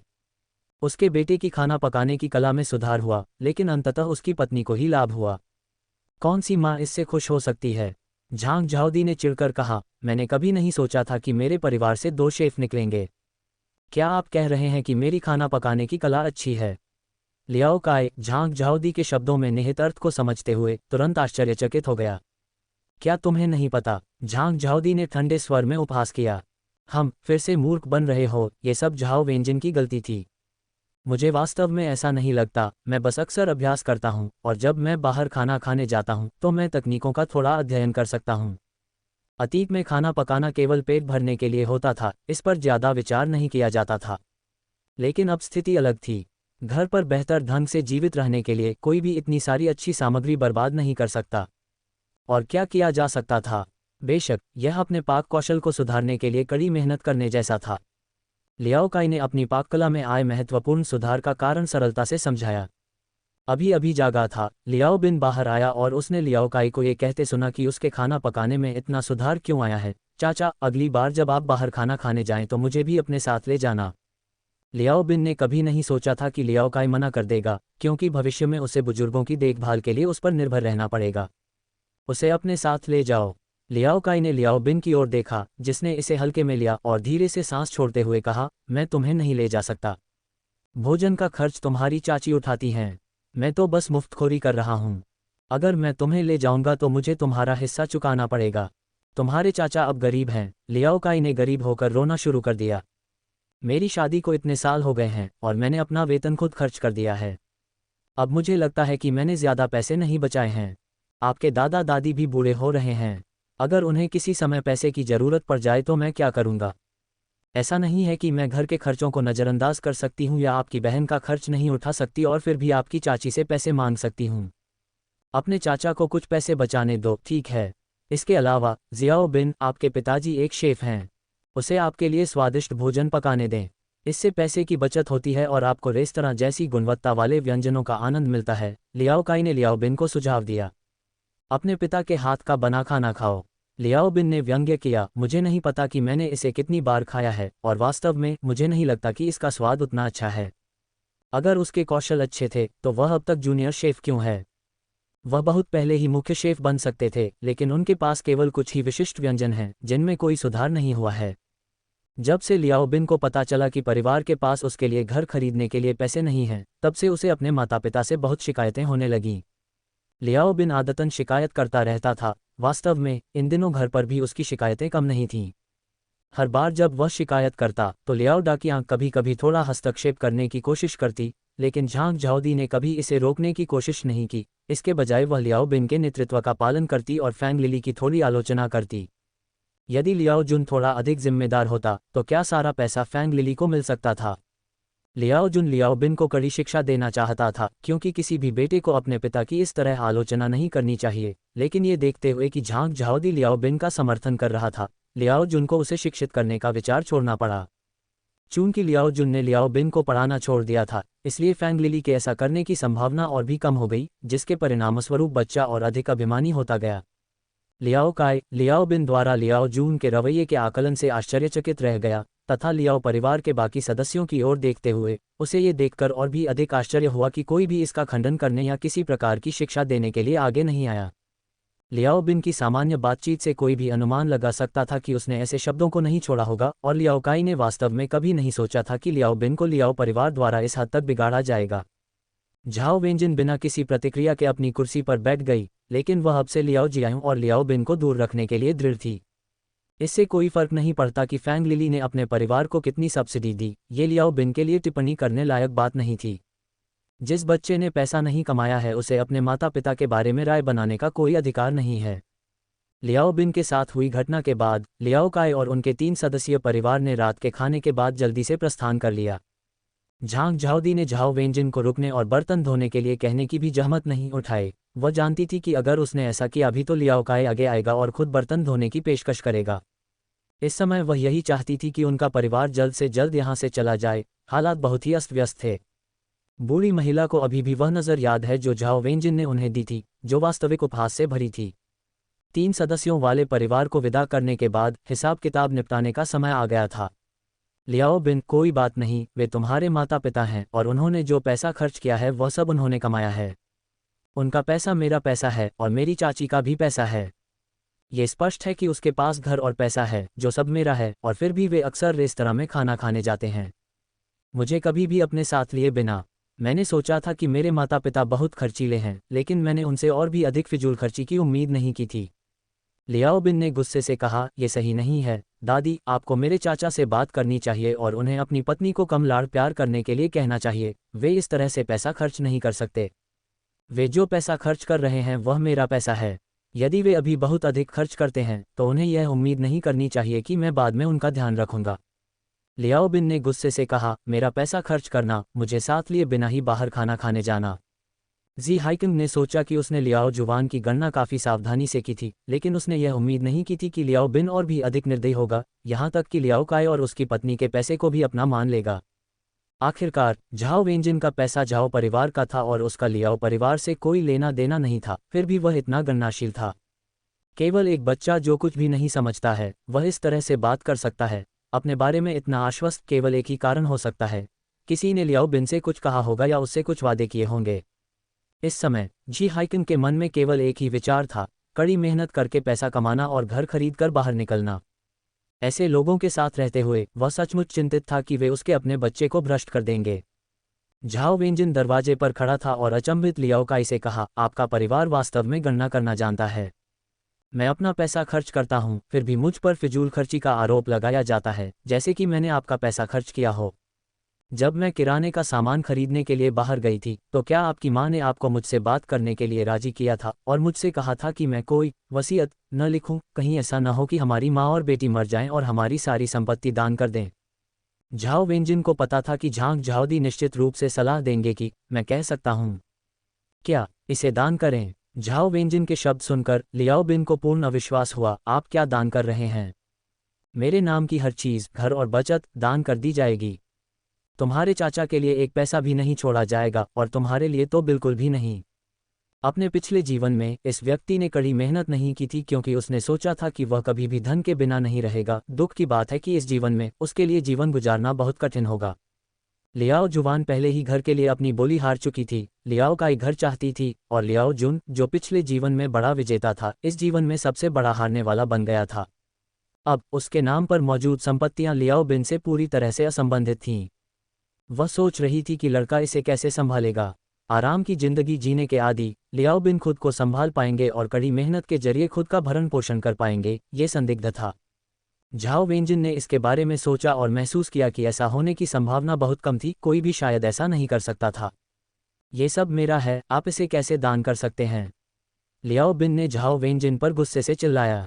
वह उसके पास आया और बोला, मैं तुम्हें आदेश देता हूं, तुम्हें ये घर मुझे देना होगा। जब वह युवा था तभी से वह जानता था कि बिना प्रयास के भी उसके पास एक मकान होगा तथा हर महीने अच्छी खासी किराए की आय होगी। यही कारण है कि उसने कभी किसी चीज के लिए प्रयास करने के बारे में नहीं सोचा। पागल आवाज ने कई लोगों का ध्यान आकर्षित किया जो झपकी ले रहे थे और वे जल्दी से बाहर आ गए। अपने सामने वाले व्यक्ति को बेकाबू होते देख उसने बिना किसी औपचारिकता के उसके चेहरे पर जोरदार थप्पड़ जड़ दिया। क्या पुराने झाओ परिवार की संपत्ति का तुमसे कोई लेना देना है, मूर्ख? यहाँ तक कि लियाओ काई भी ऐसी चीजों के बारे में सपने देखने की हिम्मत नहीं करता, फिर भी आप हर समय दिवास्वप्न देख रहे हैं। मेरा सामान लियाओ जियायु के लिए है, इसका आपसे कोई लेना देना नहीं है। तो क्या हुआ अगर आप लियाओ परिवार के एकमात्र पोते हैं? तुम मेरे बेटे नहीं हो, और अगर तुम होते भी तो जिस तरह से तुम एक कृतघ्न दुष्ट की तरह व्यवहार करते हो, मैं तुम्हारे लिए कुछ भी नहीं छोड़ता। जैसे ही झाओ वेंजिन ने बात की उसने गुस्से में उसे थप्पड़ मार दिया, जिससे लियाओ बिन स्तब्ध और भ्रमित हो गया। ये पहली बार था जब लियाओ बिन को किसी ने मारा था और वह सदमे से उबर भी नहीं पाया था। मेरा क्या, आपके दादा दादी, आपके माता पिता ने आपको कुछ नहीं सिखाया? यदि आप अपने माता पिता को कोसना चाहते हैं तो ऐसा करें, यह आपके परिवार का मामला है। किसी भी मामले में आप जो कुछ भी करते हैं वह मेरी चिंता का विषय नहीं है, खासकर जब आपने मेरे खिलाफ साजिश रचने की हिम्मत की। मेरी नज़र में लियाओ बिन, तुम हमेशा से कुत्ते की गंदगी का ढेर रहे हो। नहीं, रुको। झाओ वेंजिन ने इसके बारे में सोचा और महसूस किया कि यह विवरण भी उपयुक्त नहीं था। कम से कम मल को उर्वरक के रूप में इस्तेमाल किया जा सकता है, आप कुत्ते के मल के बराबर भी अच्छे नहीं हैं। तुम एक आपदा के अलावा कुछ नहीं हो। लियाओ परिवार का सबसे बड़ा पोता। क्या मजाक है, बहुत बड़ा मजाक है। क्या आप समझते हैं कि सबसे बड़ा बेटा या पोता होने का क्या मतलब होता है? इसका अर्थ है पारिवारिक जिम्मेदारियां उठाना और परिवार को बेहतर दिशा में ले जाना। मैंने कभी किसी को इतना युवा नहीं देखा जो बस लेटे रहने और कुछ न करने में संतुष्ट हो। तथाकथित सबसे बड़ा पोता। पुराने दिनों में ऐसे परिवार को पतनशील माना जाता था। आप। झाओ वेंजिन के शब्द सुनकर लियाओ डाकियांग को बहुत बुरा लगा। एक बाहरी बहू द्वारा उनके प्यारे पोते को थप्पड़ मारना तो पहले से ही बुरा था, लेकिन अब उसमें लियाओ परिवार की आलोचना करने की हिम्मत थी। उसे इतनी हिम्मत किसने दी? वह पूरी तरह से लाइन से बाहर थी। लियाओ डाकियांग ने नाराजगी से लियाओ काई को देखा। दूसरे बच्चे, अपनी पत्नी को नियंत्रित करो। वह कितना बेकार आदमी है जो बस वहीं खड़ा रहा जबकि उसके भतीजे को झाओ वेंजिन द्वारा धमकाया जा रहा था। लियाओ काई, चलो तलाक ले लेते हैं। वसीयत लिखना बेकार है जब आपका भतीजा मुझे आदेश देने की हिम्मत करता है। आपका भतीजा सचमुच बहुत दबंग है। वह खुश नहीं है, इसलिए वह बुढ़ापे में मेरा खर्च नहीं उठा पाएगा, लेकिन मेरी एक बेटी है, क्या मुझे उसकी ज़रूरत है? अगर मेरे बच्चे भी ना होते तो भी वह जिस तरह का है उसे देखते हुए मैं उसे अपनी देखभाल करने देने के बजाय एक नानी को रख लेना पसंद करूंगी। लियाओ काई, चूंकि हम पति पत्नी हैं इसलिए तुम्हें अधिक पैसे बचाने चाहिए। चाहे आप पुनर्विवाह करें और भविष्य में आपका एक बेटा हो, या पुनर्विवाह न करें और निसंतान रहें, कम से कम आपके पास पैसा तो होगा और आपको इस बात की चिंता करने की ज़रूरत नहीं होगी कि जब आप बुढ़ापे में होंगे तो आपकी देखभाल कौन करेगा। झाओ वेंजिन को कुछ याद आया। ओह हाँ, आपके भतीजे ने कहा था कि वह आपके लिए प्रावधान करेगा। बुढ़ापे में आपकी देखभाल करने की जिम्मेदारी आपके भतीजे की है, ज़ियाओयू की नहीं। लियाओ काई अचंभित रह गया। उसे अभी तक ये भी समझ नहीं आया था कि क्या हो रहा है। वह कुछ लेने के लिए वापस आया था, लेकिन उसे लियाओ बिन से ऐसी टिप्पणियां सुनने को मिलीं। वह कैसे आश्चर्यचकित नहीं हो सकता था। भले ही वह लियाओ जियायु को पसंद नहीं करता था, लेकिन पैसा लियाओ बिन के उपयोग के लिए था। लेकिन झाओ वेंजिन के नाम पर संपत्ति निश्चित रूप से लियाओ जियायु के लिए छोड़ दी गई थी। यही कारण था कि उसे लियाओ बिन पर पैसा खर्च करने में कोई अपराधबोध नहीं हुआ, क्योंकि वह जानता था कि भविष्य में लियाओ जियायु का जीवन लियाओ बिन से कई गुना बेहतर होगा। लेकिन उसने कभी यह उम्मीद नहीं की थी कि लियाओ परिवार इससे भी अधिक गणनाशील होगा। जब झाओ वेंजिन ने पहले इसका उल्लेख किया था तो उसने सोचा था कि वह बहुत ज़्यादा सोच रही है। इससे पहले कि वह कुछ प्रतिक्रिया दे पाता, चीज़ें इतनी गड़बड़ हो गईं कि उसका नियंत्रण ही खत्म हो गया। मैं तलाक नहीं लूँगा, मैं बिल्कुल भी तलाक नहीं लूँगा। अगर उसे कोई विकल्प चुनना होता तो क्या उसे इस पर विचार करने की ज़रूरत थी? यहाँ तक कि एक मूर्ख भी जानता है कि उसे क्या चुनना है, और वह निश्चित रूप से तलाक नहीं लेना है। लियाओ दाकियांग को उम्मीद थी कि लियाओ काई उस महिला को उचित शिक्षा देगा, लेकिन इसके बजाय लियाओ काई ने लियाओ परिवार की बजाय अपनी पत्नी को चुना। इससे लियाओ दाकियांग इतना क्रोधित हो गया कि उसे ऐसा महसूस होने लगा कि वह खून थूक देगा। बूढ़े आदमी ने गहरी सांस ली, बाहर निकलो। चूंकि तुमने अपनी पत्नी चुन ली है तो लियाओ परिवार में वापस आने की जहमत मत उठाओ। लियाओ दाकियांग के शब्दों ने लियाओ परिवार के सदस्यों को सचमुच स्तब्ध कर दिया, और लियाओ बिन कोई अपवाद नहीं था। झाओ वेंजिन ने शुरू में इसकी उम्मीद नहीं की थी। स्पष्टतः लियाओ बिन के पास अधिक जिम्मेदारी थी, फिर भी बूढ़े व्यक्ति ने हठपूर्वक अपने प्रिय पोते का पक्ष लिया तथा लियाओ परिवार के सबसे अधिक पुत्रवत पुत्र को त्याग दिया। हालांकि लियाओ काई ने हाल ही में बहुत कुछ स्वीकार कर लिया था और झांग झाओदी और उसके पति के प्रति उसकी सभी भावनाएं सकारात्मक नहीं थीं, फिर भी बूढ़े व्यक्ति की बातें सुनकर उसका मूड निश्चित रूप से अच्छा नहीं था। लियाओ काई काफी देर तक एक ही स्थान पर खड़ा रहा, फिर उसने धीरे से कहा, चूंकि पिताजी आपने ये कहा है, इसलिए मैं समझ गया हूँ। मैं अब कभी वापस नहीं आऊँगा। चूंकि उसके माता पिता की पसंद कभी नहीं बदली थी, इसलिए उसे अपनी भलाई के बारे में भी अधिक सोचना पड़ा। झांग झाओदी को होश आया, उसने लियाओ दाकियांग को अप्रसन्नता से देखा, अंदर ही अंदर गुस्से से भर गई। तीनों बच्चों में से यह स्पष्ट था कि लियाओ काई पर सबसे हल्का बोझ था और वह उनके लिए सबसे उदार पुत्र भी था। फिर भी उस मूर्ख लियाओ दाकियांग ने अचानक ऐसा बयान दे दिया था। झांग झाओदी को लगा जैसे वह गुस्से से भड़क उठेगी। वह अपनी आंखों से लियाओ दाकियांग को सावधान रहने का संकेत देने की पूरी कोशिश कर रही थी, लेकिन लियाओ दाकियांग का मन अब पूरी तरह से इस बात से ग्रस्त था कि लियाओ काई ने उसके प्रति इतना अनादर दिखाया था। ठीक है, अब तुम सचमुच बहुत ज्यादा आत्मविश्वासी हो गए हो, हमारी बात बिल्कुल नहीं सुनते। चूंकि अब ऐसा ही है तो अब घर के बारे में सोचना भी मत।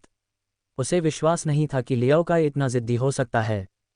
झांग झाओदी भी लियाओ दाकियांग के जोरदार शब्दों से चौंक गए, लेकिन बाद में जब घर का उल्लेख किया गया तो उन्होंने राहत की सांस ली। उसने सोचा था कि लियाओ परिवार में कम से कम लियाओ दाकियांग कुछ हद तक निष्पक्ष हो सकता है, लेकिन झांग झाओदी की तुलना में वह और भी आगे निकल गए। दरअसल उनके पिछले जीवन में हमेशा झांग झाओदी ही नेतृत्व करते थे, इसलिए बूढ़े व्यक्ति को कभी आगे नहीं आना पड़ा। वह अच्छे व्यक्ति के रूप में अपनी प्रतिष्ठा से संतुष्ट थे। लेकिन इस जीवन में स्थिति अलग थी।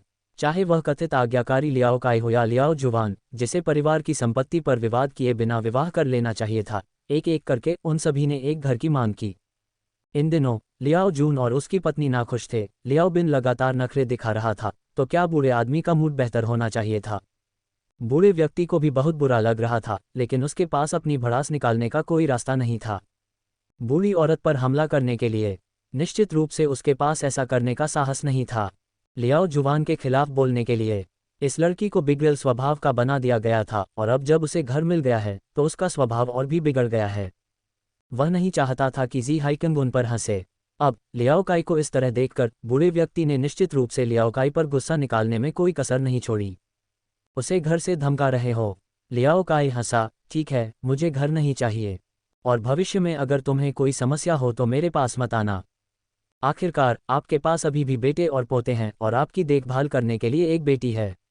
लियाओ काई लियाओ दाकियांग के इरादे से अनजान नहीं था, जो उसे पहले पीछे हटाना था। बचपन से लेकर वयस्कता तक चाहे जो भी समस्या हो, हमेशा उसकी ही गलती रही। भले ही बाद में ये पता चले कि यह उसकी गलती नहीं थी, उसके माता पिता कभी माफ़ी नहीं मांगेंगे और इस तरह मामला यूं ही सुलझ जाएगा। अब जब वह बड़ा हो गया था तब भी वे वही रणनीति अपना रहे थे। इससे पहले यह बात थी कि वह अपने भाई और बहन को रास्ता दे रहा था, और अब ये बात थी कि वह अपने भतीजे को रास्ता दे रहा था। लियाओ बिन अपने चाचा को नीची नज़र से क्यों देखता था? उसके अति उत्सुक होने के अलावा क्या ये नियमित रूप से बड़ों का व्यवहार नहीं था जिससे लियाओ बिन को यह महसूस होता था कि उसके चाचा बेकार हैं? लियाओ बिन के शब्दों से फैंग लिली और लियाओ जुवान असाधारण रूप से खुश हो गए।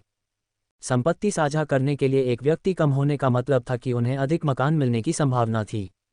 लियाओ दाकियांग और उनकी पत्नी ने कभी नहीं सोचा था कि लियाओ काई वास्तव में ऐसा कुछ कहेगा। उन्होंने हमेशा सोचा था कि लियाओ काई हार मान लेगा। झांग झाओदी ने उत्सुकता से लियाओ दाकियांग की ओर देखा, क्योंकि अब स्थिति ऐसी हो गई थी, और सोच रहा था कि इसे कैसे हल किया जाए। हालांकि लियाओ डाकियांग थोड़ा घबरा गया था, उसने जल्दी से खुद को संभाला और झांग झाओदी को एक आश्वस्त नज़र से देखा। यह आप ही थे जिन्होंने कहा था कि आप परिवार का घर नहीं चाहते हैं, इसलिए बाद में यह मत कहना कि हम आपको घर न देने के लिए पक्षपाती हैं। ठीक है, मुझे घर नहीं चाहिए। शर्त यह है कि जब तुम्हें पैसे खर्च करने की ज़रूरत हो तो तुम मेरे पास मत आना, लेकिन अगर तुम्हें मेरी मदद की ज़रूरत हो तो कोई बात नहीं, हम तीनों भाई बहन मिलकर बोझ बराबर बांट लेंगे। अगर उसे घर नहीं चाहिए था तो उसे नहीं चाहिए था। पिछले कई वर्षों में उन्होंने जो पैसा घर लाया था वह वास्तव में 2 छोटे फ्लैट खरीदने के लिए पर्याप्त था, और उसे आदेशों का पालन करने की आवश्यकता नहीं थी, या ऐसा प्रतीत नहीं होता था कि उसे बहुत अच्छा सौदा मिल रहा है। लियाओ काई को सचमुच इस बात का अफसोस था कि जब वह छोटा था तो उसने लागत की अधिक गणना नहीं की थी। उसने निश्चित रूप से ऐसी मूर्खतापूर्ण गलती नहीं की होगी। ठीक है, लियाओ दाकियांग को यकीन था कि उसके हाथ में एक घर होने के कारण अगर किसी को रियायत देनी होगी तो वह वे नहीं होंगे। अब से मुझे पारिवारिक भोजन के लिए मत बुलाना। मैं छुट्टियों के लिए उपहार भेजूंगा, लेकिन हमें भोजन के लिए आमंत्रित मत करना। भोजन के लिए वापस आते समय किराने के सामान का भुगतान वह स्वयं करता था, जबकि घर पर खाना बनाते समय या बाहर खाते समय उसे कभी भी भुगतान नहीं करना पड़ता था। वह अभी भी खर्चों का सरल गणित कर सकता था। माँ और पिताजी, अपना ध्यान रखना। ये कहने के बाद वह बगल में खड़े झाओ वेंजिन की ओर मुड़ा। चलो चलें, चलो चलें। दोपहर के भोजन में केकड़ा न मिलने के कारण, जो कि शुरू में बहुत अच्छा नहीं था, झाओ वेंजिन एक बार फिर बाहर जाकर खाना खाने की सोच रहा था। अभी अभी बनाए गए व्यंजन वास्तव में उसके स्वाद के अनुकूल नहीं थे। साथ ही लियाओ परिवार ने काफ़ी समय से स्वादिष्ट भोजन नहीं खाया था, इसलिए स्वयं को परोसने की उनकी गति किसी तेज दौड़ के बराबर थी। चलो चलें, हम कहीं और खाना ढूंढ लेंगे, मेरा पेट अभी भरा नहीं है। झाओ वेंजिन को इस बात की परवाह नहीं थी कि पड़ोसी क्या सोचेंगे। लियाओ जियायू भी लगातार सिर हिला रहा था। ठीक है, मेरा भी पेट नहीं भरा है। तो फिर चलो उस नए कैंटोनीज व्यंजन रेस्तरां में चलते हैं जो अभी खुला है। झाओ वेंजिन ने उस जगह को याद किया जिसका जिक्र उसके सहकर्मी ने पहले किया था। वैसे लियाओ काय, अगर मैं वसंत महोत्सव के लिए नहीं आ पाया तो मैं एक यात्रा की योजना बना रहा हूँ। बस दक्षिण की यात्रा करने, जीवंत वसंत महोत्सव का अनुभव करने और बच्चों के क्षितिज को व्यापक बनाने के लिए। आप वास्तव में कहाँ जाने की योजना बना रहे हैं? लियाओ काई बहुत उत्साहित था, उसे गंतव्य का पता नहीं था। दक्षिण की यात्रा करें, समुद्री भोजन खाएं, प्रामाणिक कैंटोनीज व्यंजनों का स्वाद लें, कैसा लगता है? बेशक, लियाओ परिवार के 2 सदस्यों को इस पर कोई आपत्ति नहीं थी। हम भुगतान करने वाले नहीं हैं, इसलिए आप जहां भी ले जाएंगे हम चलेंगे, लियाओ काई ने कहा। लियाओ जियायू, जो अपने माता पिता पर निर्भर एक छात्रा है, निश्चित रूप से इस पर कोई आपत्ति नहीं करेगी। वह पूरी तरह से सहमत थी। जरूर जरूर, लेकिन यह वास्तव में बहुत दूर है। ट्रेन पकड़ने में बहुत समय लगेगा। लियाओ जियायू को सचमुच चिंता थी कि झाओ वेंजिन बड़ी बड़ी बातें कर रहा है। हम उड़ेंगे, झाओ वेंजिन ने निश्चयपूर्वक कहा। आपने क्या सोचा था कि हम ट्रेन से जाएंगे? इसमें कितना समय लगेगा? मेरे पास बस इतना ही छुट्टियों का समय है।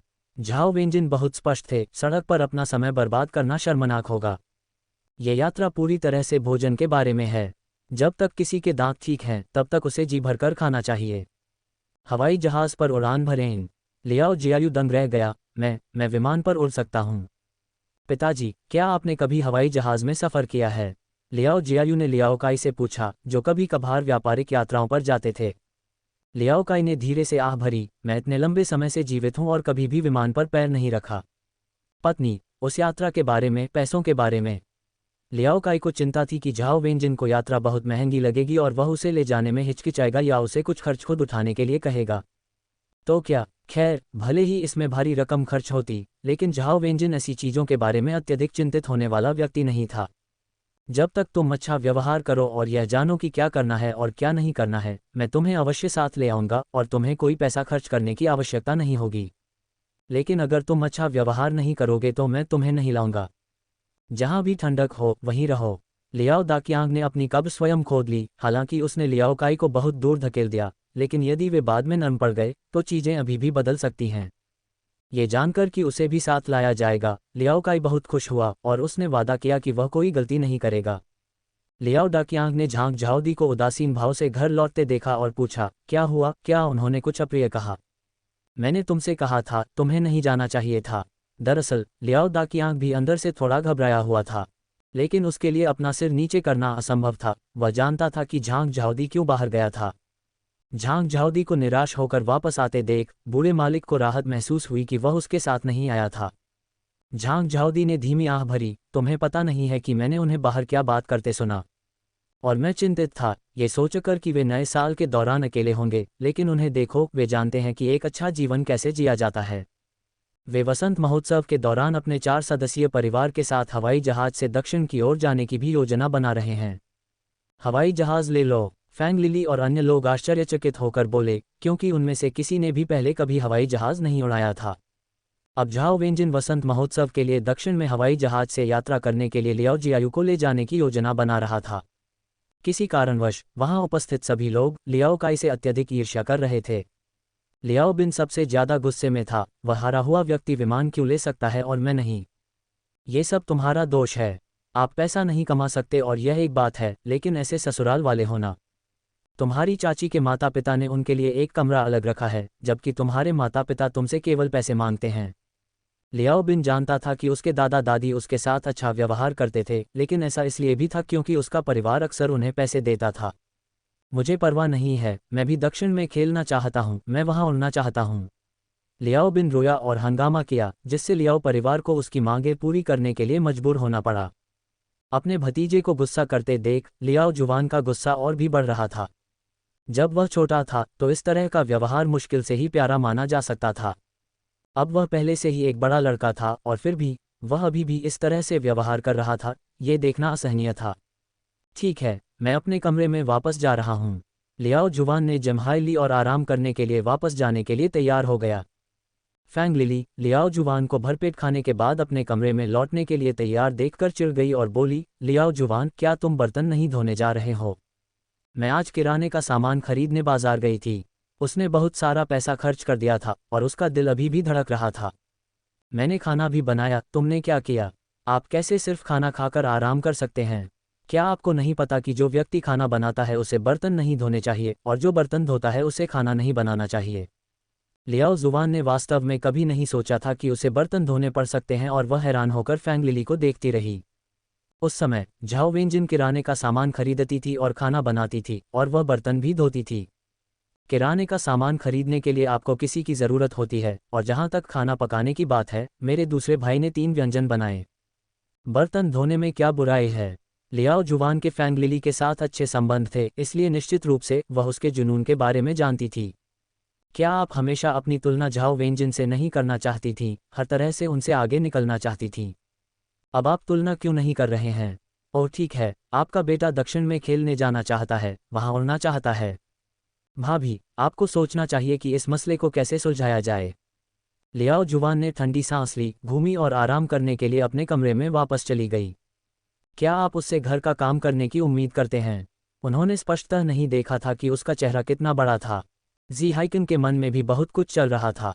उन्होंने घर तो सुरक्षित कर लिया था, लेकिन उसे सजाने का खर्च उन्हें ही उठाना था और इस वजह से वह इस महीने और अगले कुछ महीनों तक अपना वेतन घर नहीं भेज पाएंगे। हालांकि परिवार ने कहा कि वे किसी तरह गुजारा कर लेंगे, लेकिन जी हाइकिंग अभी भी असहज महसूस कर रही थी। लियाओ जुवान द्वारा देखे जा रहे फर्नीचर और उपकरणों को याद करते हुए जी हाइकिंग उसे समझाना चाहती थी कि वास्तव में इतना पैसा खर्च करना आवश्यक नहीं था। लेकिन हर बार लियाओ जुवान उसे यह कहकर रोक देता कि लियाओ परिवार ने घर के लिए भुगतान किया था और चूंकि उसने शादी के समय दहेज नहीं दिया था, इसलिए घर को न सजाना वास्तव में अक्षम्य था। लेकिन आज ये सुनकर कि उसके बहनोई का परिवार वसंत महोत्सव के लिए हवाई जहाज से दक्षिण की यात्रा करने की योजना बना रहा है, उसका मूड बहुत खराब हो गया। क्या छुट्टियों पर जाना, विशेषकर हवाई जहाज से, पैसे की बर्बादी नहीं थी? क्या एक जूनियर हाई स्कूल की लड़की के लिए इतना खर्च करना जरूरी था? क्या सिर्फ पढ़ाई पर ध्यान केंद्रित करना बेहतर नहीं होगा?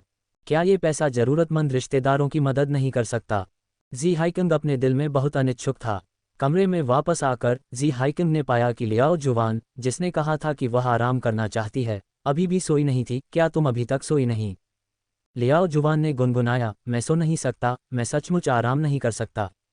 हर संभव तरीके से पैसे बचाने के लिए मैं इधर उधर भाग रहा हूँ, उम्मीद कर रहा हूँ कि मुझे सस्ती और अच्छी चीज़ें मिल जाएंगी। और फिर भी वे ऐसे ही यात्राओं पर जाने की बात करते हैं। उन्हें मदद करने का कोई विचार ही नहीं है। लियाओ जुवान ने गुस्से से कहा, अगर आपकी भाभी मदद करने को तैयार नहीं है तो हम कुछ नहीं कर सकते, लेकिन मुझे आपका दूसरा भाई याद है, क्या वह हमेशा आपके साथ अच्छा व्यवहार नहीं करता था? जी हाइकिंग को झाओ वेंजिन की लियाओ परिवार के प्रति नापसंदगी के बारे में पता था। उससे पैसे मांगना आसमान छूने जितना मुश्किल था। तो फिर लक्ष्य बदलो। क्या वे लियाओ काई से नहीं पूछ सकते थे? झाओ वेंजिन, जो कंजूस है और पैसा खर्च करने को तैयार नहीं है, क्या लियाओ काई उदार होगा? लियाओ जुवान ने आंखें घुमाईं। मेरे पिताजी उसे कुछ शब्द कहते हैं और वह बस चला जाता है। यहाँ तक कि जब मेरे पिता कहते हैं कि उनके जाने के बाद कोई घर नहीं होगा, तो लियाओ काई जवाब देते हैं, मैं भविष्य में भी पैसा नहीं दूंगा। ये सच है। झाओ वेंजिन के हमेशा के उदार स्वभाव को याद करते हुए, अगर मुझे विकल्प दिया जाए तो मैं एक बहू चुनना पसंद करूंगा। बहू के साथ आप अच्छा खा पी सकते हैं, सैर सपाटे पर जा सकते हैं, और सबसे खास बात यह है कि आपको अपना पैसा खर्च नहीं करना पड़ता। मेरे पिताजी का अनुसरण करते हुए, ये सब पैसा खर्च करने के बारे में है और आप इससे कुछ भी अच्छा नहीं पा सकते। हर कोई जानता है कि लियाओ दाकियांग की नज़रें केवल अपने सबसे बड़े बेटे और पोते पर हैं। इसे भूल जाओ, इसके बारे में अब और मत सोचो। लियाओ काई मेरे माता पिता पर पैसा खर्च करने को भी तैयार नहीं है, मुझ पर खर्च करने की तो बात ही छोड़ दीजिए। मुझे बस ईमानदार रहना चाहिए। ऐसा नहीं है कि मैं ललचाई नहीं हूँ, लेकिन अगर वह अपने माता पिता को भी सम्मान नहीं देता, तो वह अपनी बहन, मुझे कितना सम्मान देगा? लियाओ जुवान ने केवल इतना कहा, ठीक है, अगले सप्ताह हम फर्नीचर चुनने चलेंगे। इन दिनों लियाओ जुवान बहुत व्यस्त थी, अक्सर अपने पहले से ही विवाहित सहकर्मियों और सहपाठियों के साथ फर्नीचर खरीदने के बारे में चर्चा करती रहती थी। जब जी हाइकिंग ने सुना कि लियाओ जुवान उसे फिर से फर्नीचर देखने के लिए कह रही है, तो उसका दिमाग लगभग फट गया। पत्नी, क्या पिछली बार हमने जो फर्नीचर देखा था वह बहुत अच्छा नहीं था? यद्यपि यह उसकी अपेक्षाओं से परे था, फिर भी वह इसे अपनी सीमा में स्वीकार नहीं कर सका। फर्नीचर के लिए अन्य स्थानों पर देखना निश्चित रूप से और भी महंगा होगा। यह अच्छा है, लेकिन मुझे नहीं लगता कि यह मेरे लिए बिल्कुल सही है। मैं सिर्फ एक बार ही शादी कर रही हूँ, आप तो नहीं चाहेंगे कि मैं समझौता करूँ, है ना? ऐसा नहीं है कि उसे पता नहीं था कि जी हाइकिन का वेतन डाक से भेजा जाना था, लेकिन अब जब उनकी शादी हो रही थी, तो क्या उससे सब कुछ तैयार करने की उम्मीद की जा रही थी? यदि उसे ही सब कुछ तैयार करना है, तो उसे दामाद के रूप में अपनाने में क्या अंतर है? जी हाइकिन वास्तव में कहना चाहती थी, क्या मुझसे शादी करना इतना बड़ा समझौता होगा? यदि आपको लगता है कि यह समझौता है, तो मुझसे शादी करने की कोई आवश्यकता नहीं है। लेकिन वह अभी यह कहने की हिम्मत नहीं कर रहा था, इस डर से कि कहीं वह सचमुच यह न कह दे कि अगर शादी नहीं करनी तो कोई बात नहीं, उसका दिल सचमुच टूट जाएगा। जियाओ जुवान को खुश करने का तरीका जानते हुए, जी हाइकिन ने इसे एक कला बना लिया था। वह अच्छी तरह जानता था कि उसे कैसे खुश करना है। जल्द ही लियाओ जुवान कान से कान तक मुस्कुरा रहा था और अपने भविष्य के सुखी जीवन पर चर्चा कर रहा था। ये देखकर कि वह कितनी आसानी से लियाओ जुवान को संभालने में कामयाब रहा, जी हाइकिन को पहले जैसा गर्व नहीं हुआ, बल्कि एक कड़वा मीठा एहसास हुआ। किसी को खुश करने में इतना माहिर होने का क्या फ़ायदा? यदि वह किसी धनी महिला से मिलता, तो घर की तो बात ही छोड़िए, कोई समस्या नहीं होती, यहाँ तक कि उनके पास कार भी हो सकती थी। लियाओ काई को देखकर, चाहे वह किसी भी तरह से देखे, वह सभी पहलुओं में हीन लग रहा था, लेकिन परिणाम क्या था? वह व्यक्ति विवाह के माध्यम से अपना भाग्य बदलने में कामयाब हो गया था। लियाओ जुवान को इस बात का अंदाज़ा नहीं था कि इतने कम समय में ही जी हाइकिन ने इतना कुछ सोच लिया था। वह बस इस बात पर विचार कर रही थी कि भविष्य में अपने बच्चों का पालन पोषण कैसे करेगी। बच्चों के पालन पोषण के लिए लियाओ जुवान की आवश्यकताओं को सुनकर, जी हाइकिन के मन में केवल एक ही विचार आया, इन सभी चीज़ों को चलाने के लिए धन की आवश्यकता है। ये बहुत परेशान करने वाला था, ये सचमुच परेशान करने वाला था। वह वास्तव में ये कहना चाहता था कि जब वह और उसके भाई बहन छोटे थे तो उन्होंने ये सब नहीं किया था, फिर भी उन्होंने बहुत अच्छे अंक प्राप्त किए। वह वास्तव में ये देखने के लिए उत्सुक था कि लियाओ जियायू, जो हमेशा बाहर खाती पीती रहती है, हर जगह खेलती रहती है, अपनी परीक्षाओं में कैसा प्रदर्शन करेगी। झाओ वेंजिन को इस बात का कोई अंदाजा नहीं था कि कुछ लोग दुर्भावनापूर्ण रूप से लियाओ जियायू के जूनियर हाई परीक्षा परिणामों की प्रतीक्षा कर रहे थे, या यहाँ तक कि उसके कॉलेज प्रवेश परीक्षा परिणामों पर भी विचार कर रहे थे। वर्तमान में वह खुशी से खाना खा रही थी। खाते समय साइड डिश के महत्व के अलावा भोजन का वातावरण भी मायने रखता है। आज के व्यंजन काफ़ी प्रभावशाली थे, भोजन उठाने की गति बहुत अच्छी थी, लेकिन टेबल पर खराब व्यवहार के कारण मुझे दुख हुआ। मुझे याद आया कि कैसे लियाओ बिना देखे ही भोजन उठा लेता था, उदासीनता से चुनता था, और जब उसे पता चलता था कि वह उसे पसंद नहीं है तो उसे वापस प्लेट में फेंक देता था।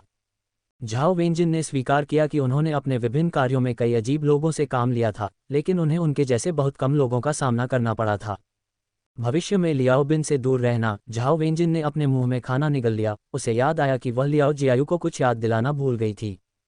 लियाओ जियायू भी खुशी से खाना खा रही थी। उसने थोड़ा ध्यान देकर अपना सिर हिलाया। मुझे पता है, मैं उसके बिल्कुल करीब नहीं आऊंगी। जहां तक इस चचेरी बहन की बात है, लियाओ जियायू उसे कभी पसंद नहीं करती थी, सिर्फ इसलिए नहीं कि वह उसे बचपन से ही तंग करता था। उसने उसे बाहर अपराधियों के साथ घूमते, धूम्रपान करते और ऐसी ही अन्य हरकतें करते भी देखा था। उसने इसका उल्लेख करने की योजना नहीं बनाई थी, लेकिन जाते समय लियाओ बिन की दुर्भावनापूर्ण नज़र की याद ने उसे चिंतित कर दिया कि कुछ हो सकता है। झाओ वेंजिन को घटना के बारे में विस्तार से बताने के बाद, जो जानती थी कि लियाओ बिन के कुछ अपराधी मित्र भी हैं, उसने सोचा कि वे उसके व्यावसायिक स्कूल के दिनों के दोस्त होंगे जो स्नातक होने के बाद घर पर आराम से बैठे रहते थे। लेकिन उसने यह उम्मीद नहीं की थी कि वे एक दूसरे को उससे भी पहले से जानते हैं जितना उसने सोचा था। पिछले जन्म में उन्होंने लियाओ जियायू के साथ कैसा व्यवहार किया था, इस बारे में सोचकर झाओ वेंजिन तनाव में आ गया। मैं भविष्य में तुम्हें स्कूल से लेने आऊँगा। भले ही कोई तुमसे कहे कि तुम्हारे पिताजी और मेरे साथ दुर्घटना हुई है या लियाओ परिवार के साथ कुछ हुआ है, तुम्हें परवाह नहीं करनी चाहिए। अगर हमें सचमुच कोई समस्या होती तो हम आपके शिक्षक को सूचित करते कि वह आपको बता दें। भले ही लियाओ बिन तुम्हारे लिए आए, लेकिन उस पर ध्यान मत देना। जो व्यक्ति अपराधियों के साथ घुलता मिलता है उसका कोई भला नहीं हो सकता। बस उसके शिष्टाचार को देखो, अगर वह अनुशासित नहीं है तो उसे आगे कठिन समय का सामना करना पड़ेगा। शुरुआत में झाओ वेंजिन इसमें शामिल नहीं होना चाहता था। उनका बेटा अच्छा था या बुरा, इससे उन्हें कोई लेना देना नहीं था और उन्हें उसके बाद सफाई करने की कोई ज़रूरत नहीं थी। अब स्थिति अलग थी, कोई व्यक्ति वास्तव में अपने ही बच्चे को निशाना बना रहा था, जो बिल्कुल असहनीय था। लियाओ काई लियाओ बिन से बहुत निराश था, लेकिन उसने कभी नहीं सोचा था कि लड़का वहां पहुंचेगा जहां वह था। वह वास्तव में गुंडा बनना सीख रहा है। मुझे आश्चर्य है कि क्या बूढ़े आदमी और अन्य लोगों को पता है। अगर बूढ़े लोगों को पता चल गया तो वह केवल अनुमान लगा सकता था कि वे लियाओ बिन को कैसे अनुशासित करेंगे। और अगर उन्हें पता चल गया तो क्या होगा? वे कह सकते हैं कि दूत उनके प्रिय पोते पर झूठा आरोप लगाकर दुर्भावना रखता है। या फिर वे सोच सकते हैं कि किसी ने उनके प्यारे पोते को भ्रष्ट कर दिया है। वैसे आप अपने पिताजी से इस बारे में बात करना चाहेंगे? उसने कुछ नहीं कहा, लेकिन लियाओ काई अलग था। लियाओ काई शुरू में एक या दो बार याद दिलाना चाहता था, क्योंकि आखिरकार वह अपनी आंखें खुली रखकर लियाओ बिन को भटकते हुए नहीं देख सकता था। लेकिन बूढ़े आदमी के पक्षपातपूर्ण कार्यों के बारे में सोचकर लियाओ काई को लगा कि उसका दिल ठंडा हो गया है। छोड़ो, मैं नहीं जाऊंगा।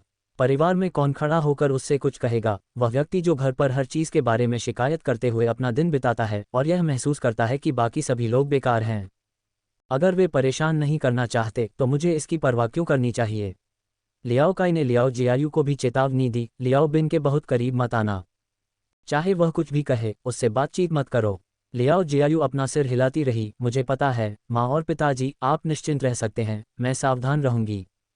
अपने माता पिता दोनों के ऐसा कहने के बाद लियाओ जियायू निश्चित रूप से इसे और भी अधिक गंभीरता से लेने वाली थी।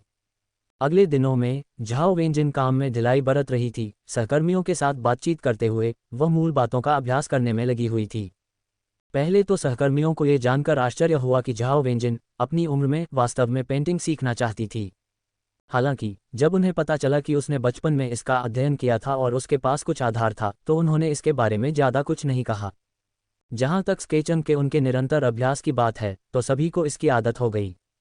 शुरुआत में तो वे उसकी ड्राइंग की एक झलक पाने के लिए अपनी गर्दनें ऊपर उठाते थे, लेकिन बाद में उन्हें देखने की इच्छा भी नहीं हुई। झाओ वेंजिन जानती थी कि काम के दौरान उसके पास चित्रकारी के लिए अधिक समय होता है और वह कभी कभी वहां कुछ सरल चित्र भी बना लेती थी। जैसा कि उसने सोचा था, उसके सहकर्मियों ने यह नहीं देखा कि जब वे बातचीत कर रहे थे, अखबार पढ़ रहे थे या स्वेटर बुन रहे थे, तो झाओ वेंजिन काफ़ी अतिरिक्त पैसा कमा रही थी। बेशक जब झाओ वेंजिन कार्यालय में नहीं होती थी तो वे उनकी पीठ पीछे गपशप करते थे, पहले से ही उस उम्र में और अभी भी पेंटिंग कर रही हो। मैंने उसकी पेंटिंग सामग्री की कीमत देखी है और वे बिल्कुल भी सस्ती नहीं है, एक गपशप करने वाली सहकर्मी जिसने खरीदारी के दौरान कीमतें देखी थीं, ने कहा। पेंट की कीमत सुनकर सभी लोग अचंभित हो गए। बस यूं ही कुछ पेंट खरीद लो, इतने महंगे पेंट लेने की कोई ज़रूरत नहीं है। फैक्ट्री में ऐसे सहकर्मी भी थे जिनके बच्चे पेंटिंग सीख रहे थे और उन्होंने पेंट और अन्य सामग्री खरीदने की लागत का उल्लेख किया था। एक गृहिणी ने होंठ भींचते हुए कहा, उस पैसे से कोई अच्छा खाना खा सकता है या अच्छे कपड़े खरीद सकता है। मुझे याद है कि वह पेंसिल से चित्र बनाती थी, है ना? जैसे उन्हें इस पैसे की परवाह है। हम गुजारा करने के लिए अपनी मजदूरी पर निर्भर हैं, लेकिन उनके परिवार के पास संपत्ति है और वे किराए की आय से आराम से रह सकते हैं। ठीक है, मैंने झाओ वेंजिन को पहले ये कहते सुना था कि उनकी बेटी की मिडिल स्कूल की परीक्षा समाप्त होने के बाद वे अपने घर का नवीनीकरण करने की योजना बना रहे हैं। घर का नवीनीकरण? एक सहकर्मी जो एक अपार्टमेंट बिल्डिंग में रहता था, झाओ वेंजिन के घर आया था। यद्यपि उसने स्वीकार किया कि झाओ वेंजिन का घर काफ़ी बड़ा था, फिर भी उसने नहीं सोचा कि इसकी तुलना किसी अपार्टमेंट से की जा सकती है। अगर उनके पास पैसा है तो उन्होंने अपार्टमेंट खरीदने के बारे में क्यों नहीं सोचा? मैंने उसे कहते सुना है कि आंगन वाले घर में रहना आरामदायक होता है। एक अन्य सहकर्मी ने भी झाओ वेंजिन से पूछा था कि अगर उनके पास पैसे होते तो उन्होंने अपार्टमेंट क्यों नहीं खरीदा। ये सच है कि इनमें बाथरूम तो है, लेकिन इन पुराने घरों में सेंट्रल हीटिंग की व्यवस्था नहीं है। अपार्टमेंट इमारतों में रहना सभी को पसंद था। इसका मुख्य कारण ये था कि एक निश्चित राशि का भुगतान करने के बाद उन्हें हीटिंग की सुविधा मिल जाती थी। आप एक मंजिला घर को कैसे गर्म करते हैं? उनके पास पैसा है, तुम्हें किस बात की चिंता है? वे पोर्टेबल हीटर का इस्तेमाल कर सकते हैं। एक सहकर्मी ने सोचा कि बाकी लोग बहुत ज़्यादा चिंता कर रहे हैं। झाओ वेंजिन कुछ सामान लेने के लिए बाहर गई थीं और वापस कार्यालय लौटी तो उन्होंने अपने सहकर्मियों को इस बारे में चिंता करते सुना। आंगन वाले घर को गर्म करना एक समस्या थी, लेकिन उसके पास एक योजना थी, एक इलेक्ट्रिक बॉयलर खरीदना और दीवारों के साथ हीटिंग के लिए पाइपलाइन खुद ही लगाना। यद्यपि इसका अर्थ ये था कि सर्दियों के दौरान बिजली का बिल बढ़ जाता था, लेकिन इसका लाभ ये था कि वे जब चाहें तब बिजली गर्म कर सकते थे। अफसोस की बात है कि वे मौजूदा सर्दियों के मौसम में इसका आनंद नहीं ले पाएंगे। वह नए साल से पहले काम शुरू करना चाहती थी ताकि वे सर्दियों के दौरान घर पर हीटिंग की गर्मी का आनंद ले सकें। लेकिन फिर उसे याद आया कि लियाओ जियायू की मिडिल स्कूल की परीक्षाएं होने वाली थीं, इसलिए उसने परियोजना स्थगित कर दी। घर में एक छात्र होने के कारण कुछ बातों पर विचार करना पड़ा। जब उन्होंने झाओ वेंजिन को देखा तो सभी ने तुरंत विषय बदल दिया। विषय बदलने में अनुभवी होने के कारण उन्होंने इसे आसानी से संभाल लिया। अगर किसी ने इसे उठा भी लिया तो क्या होगा?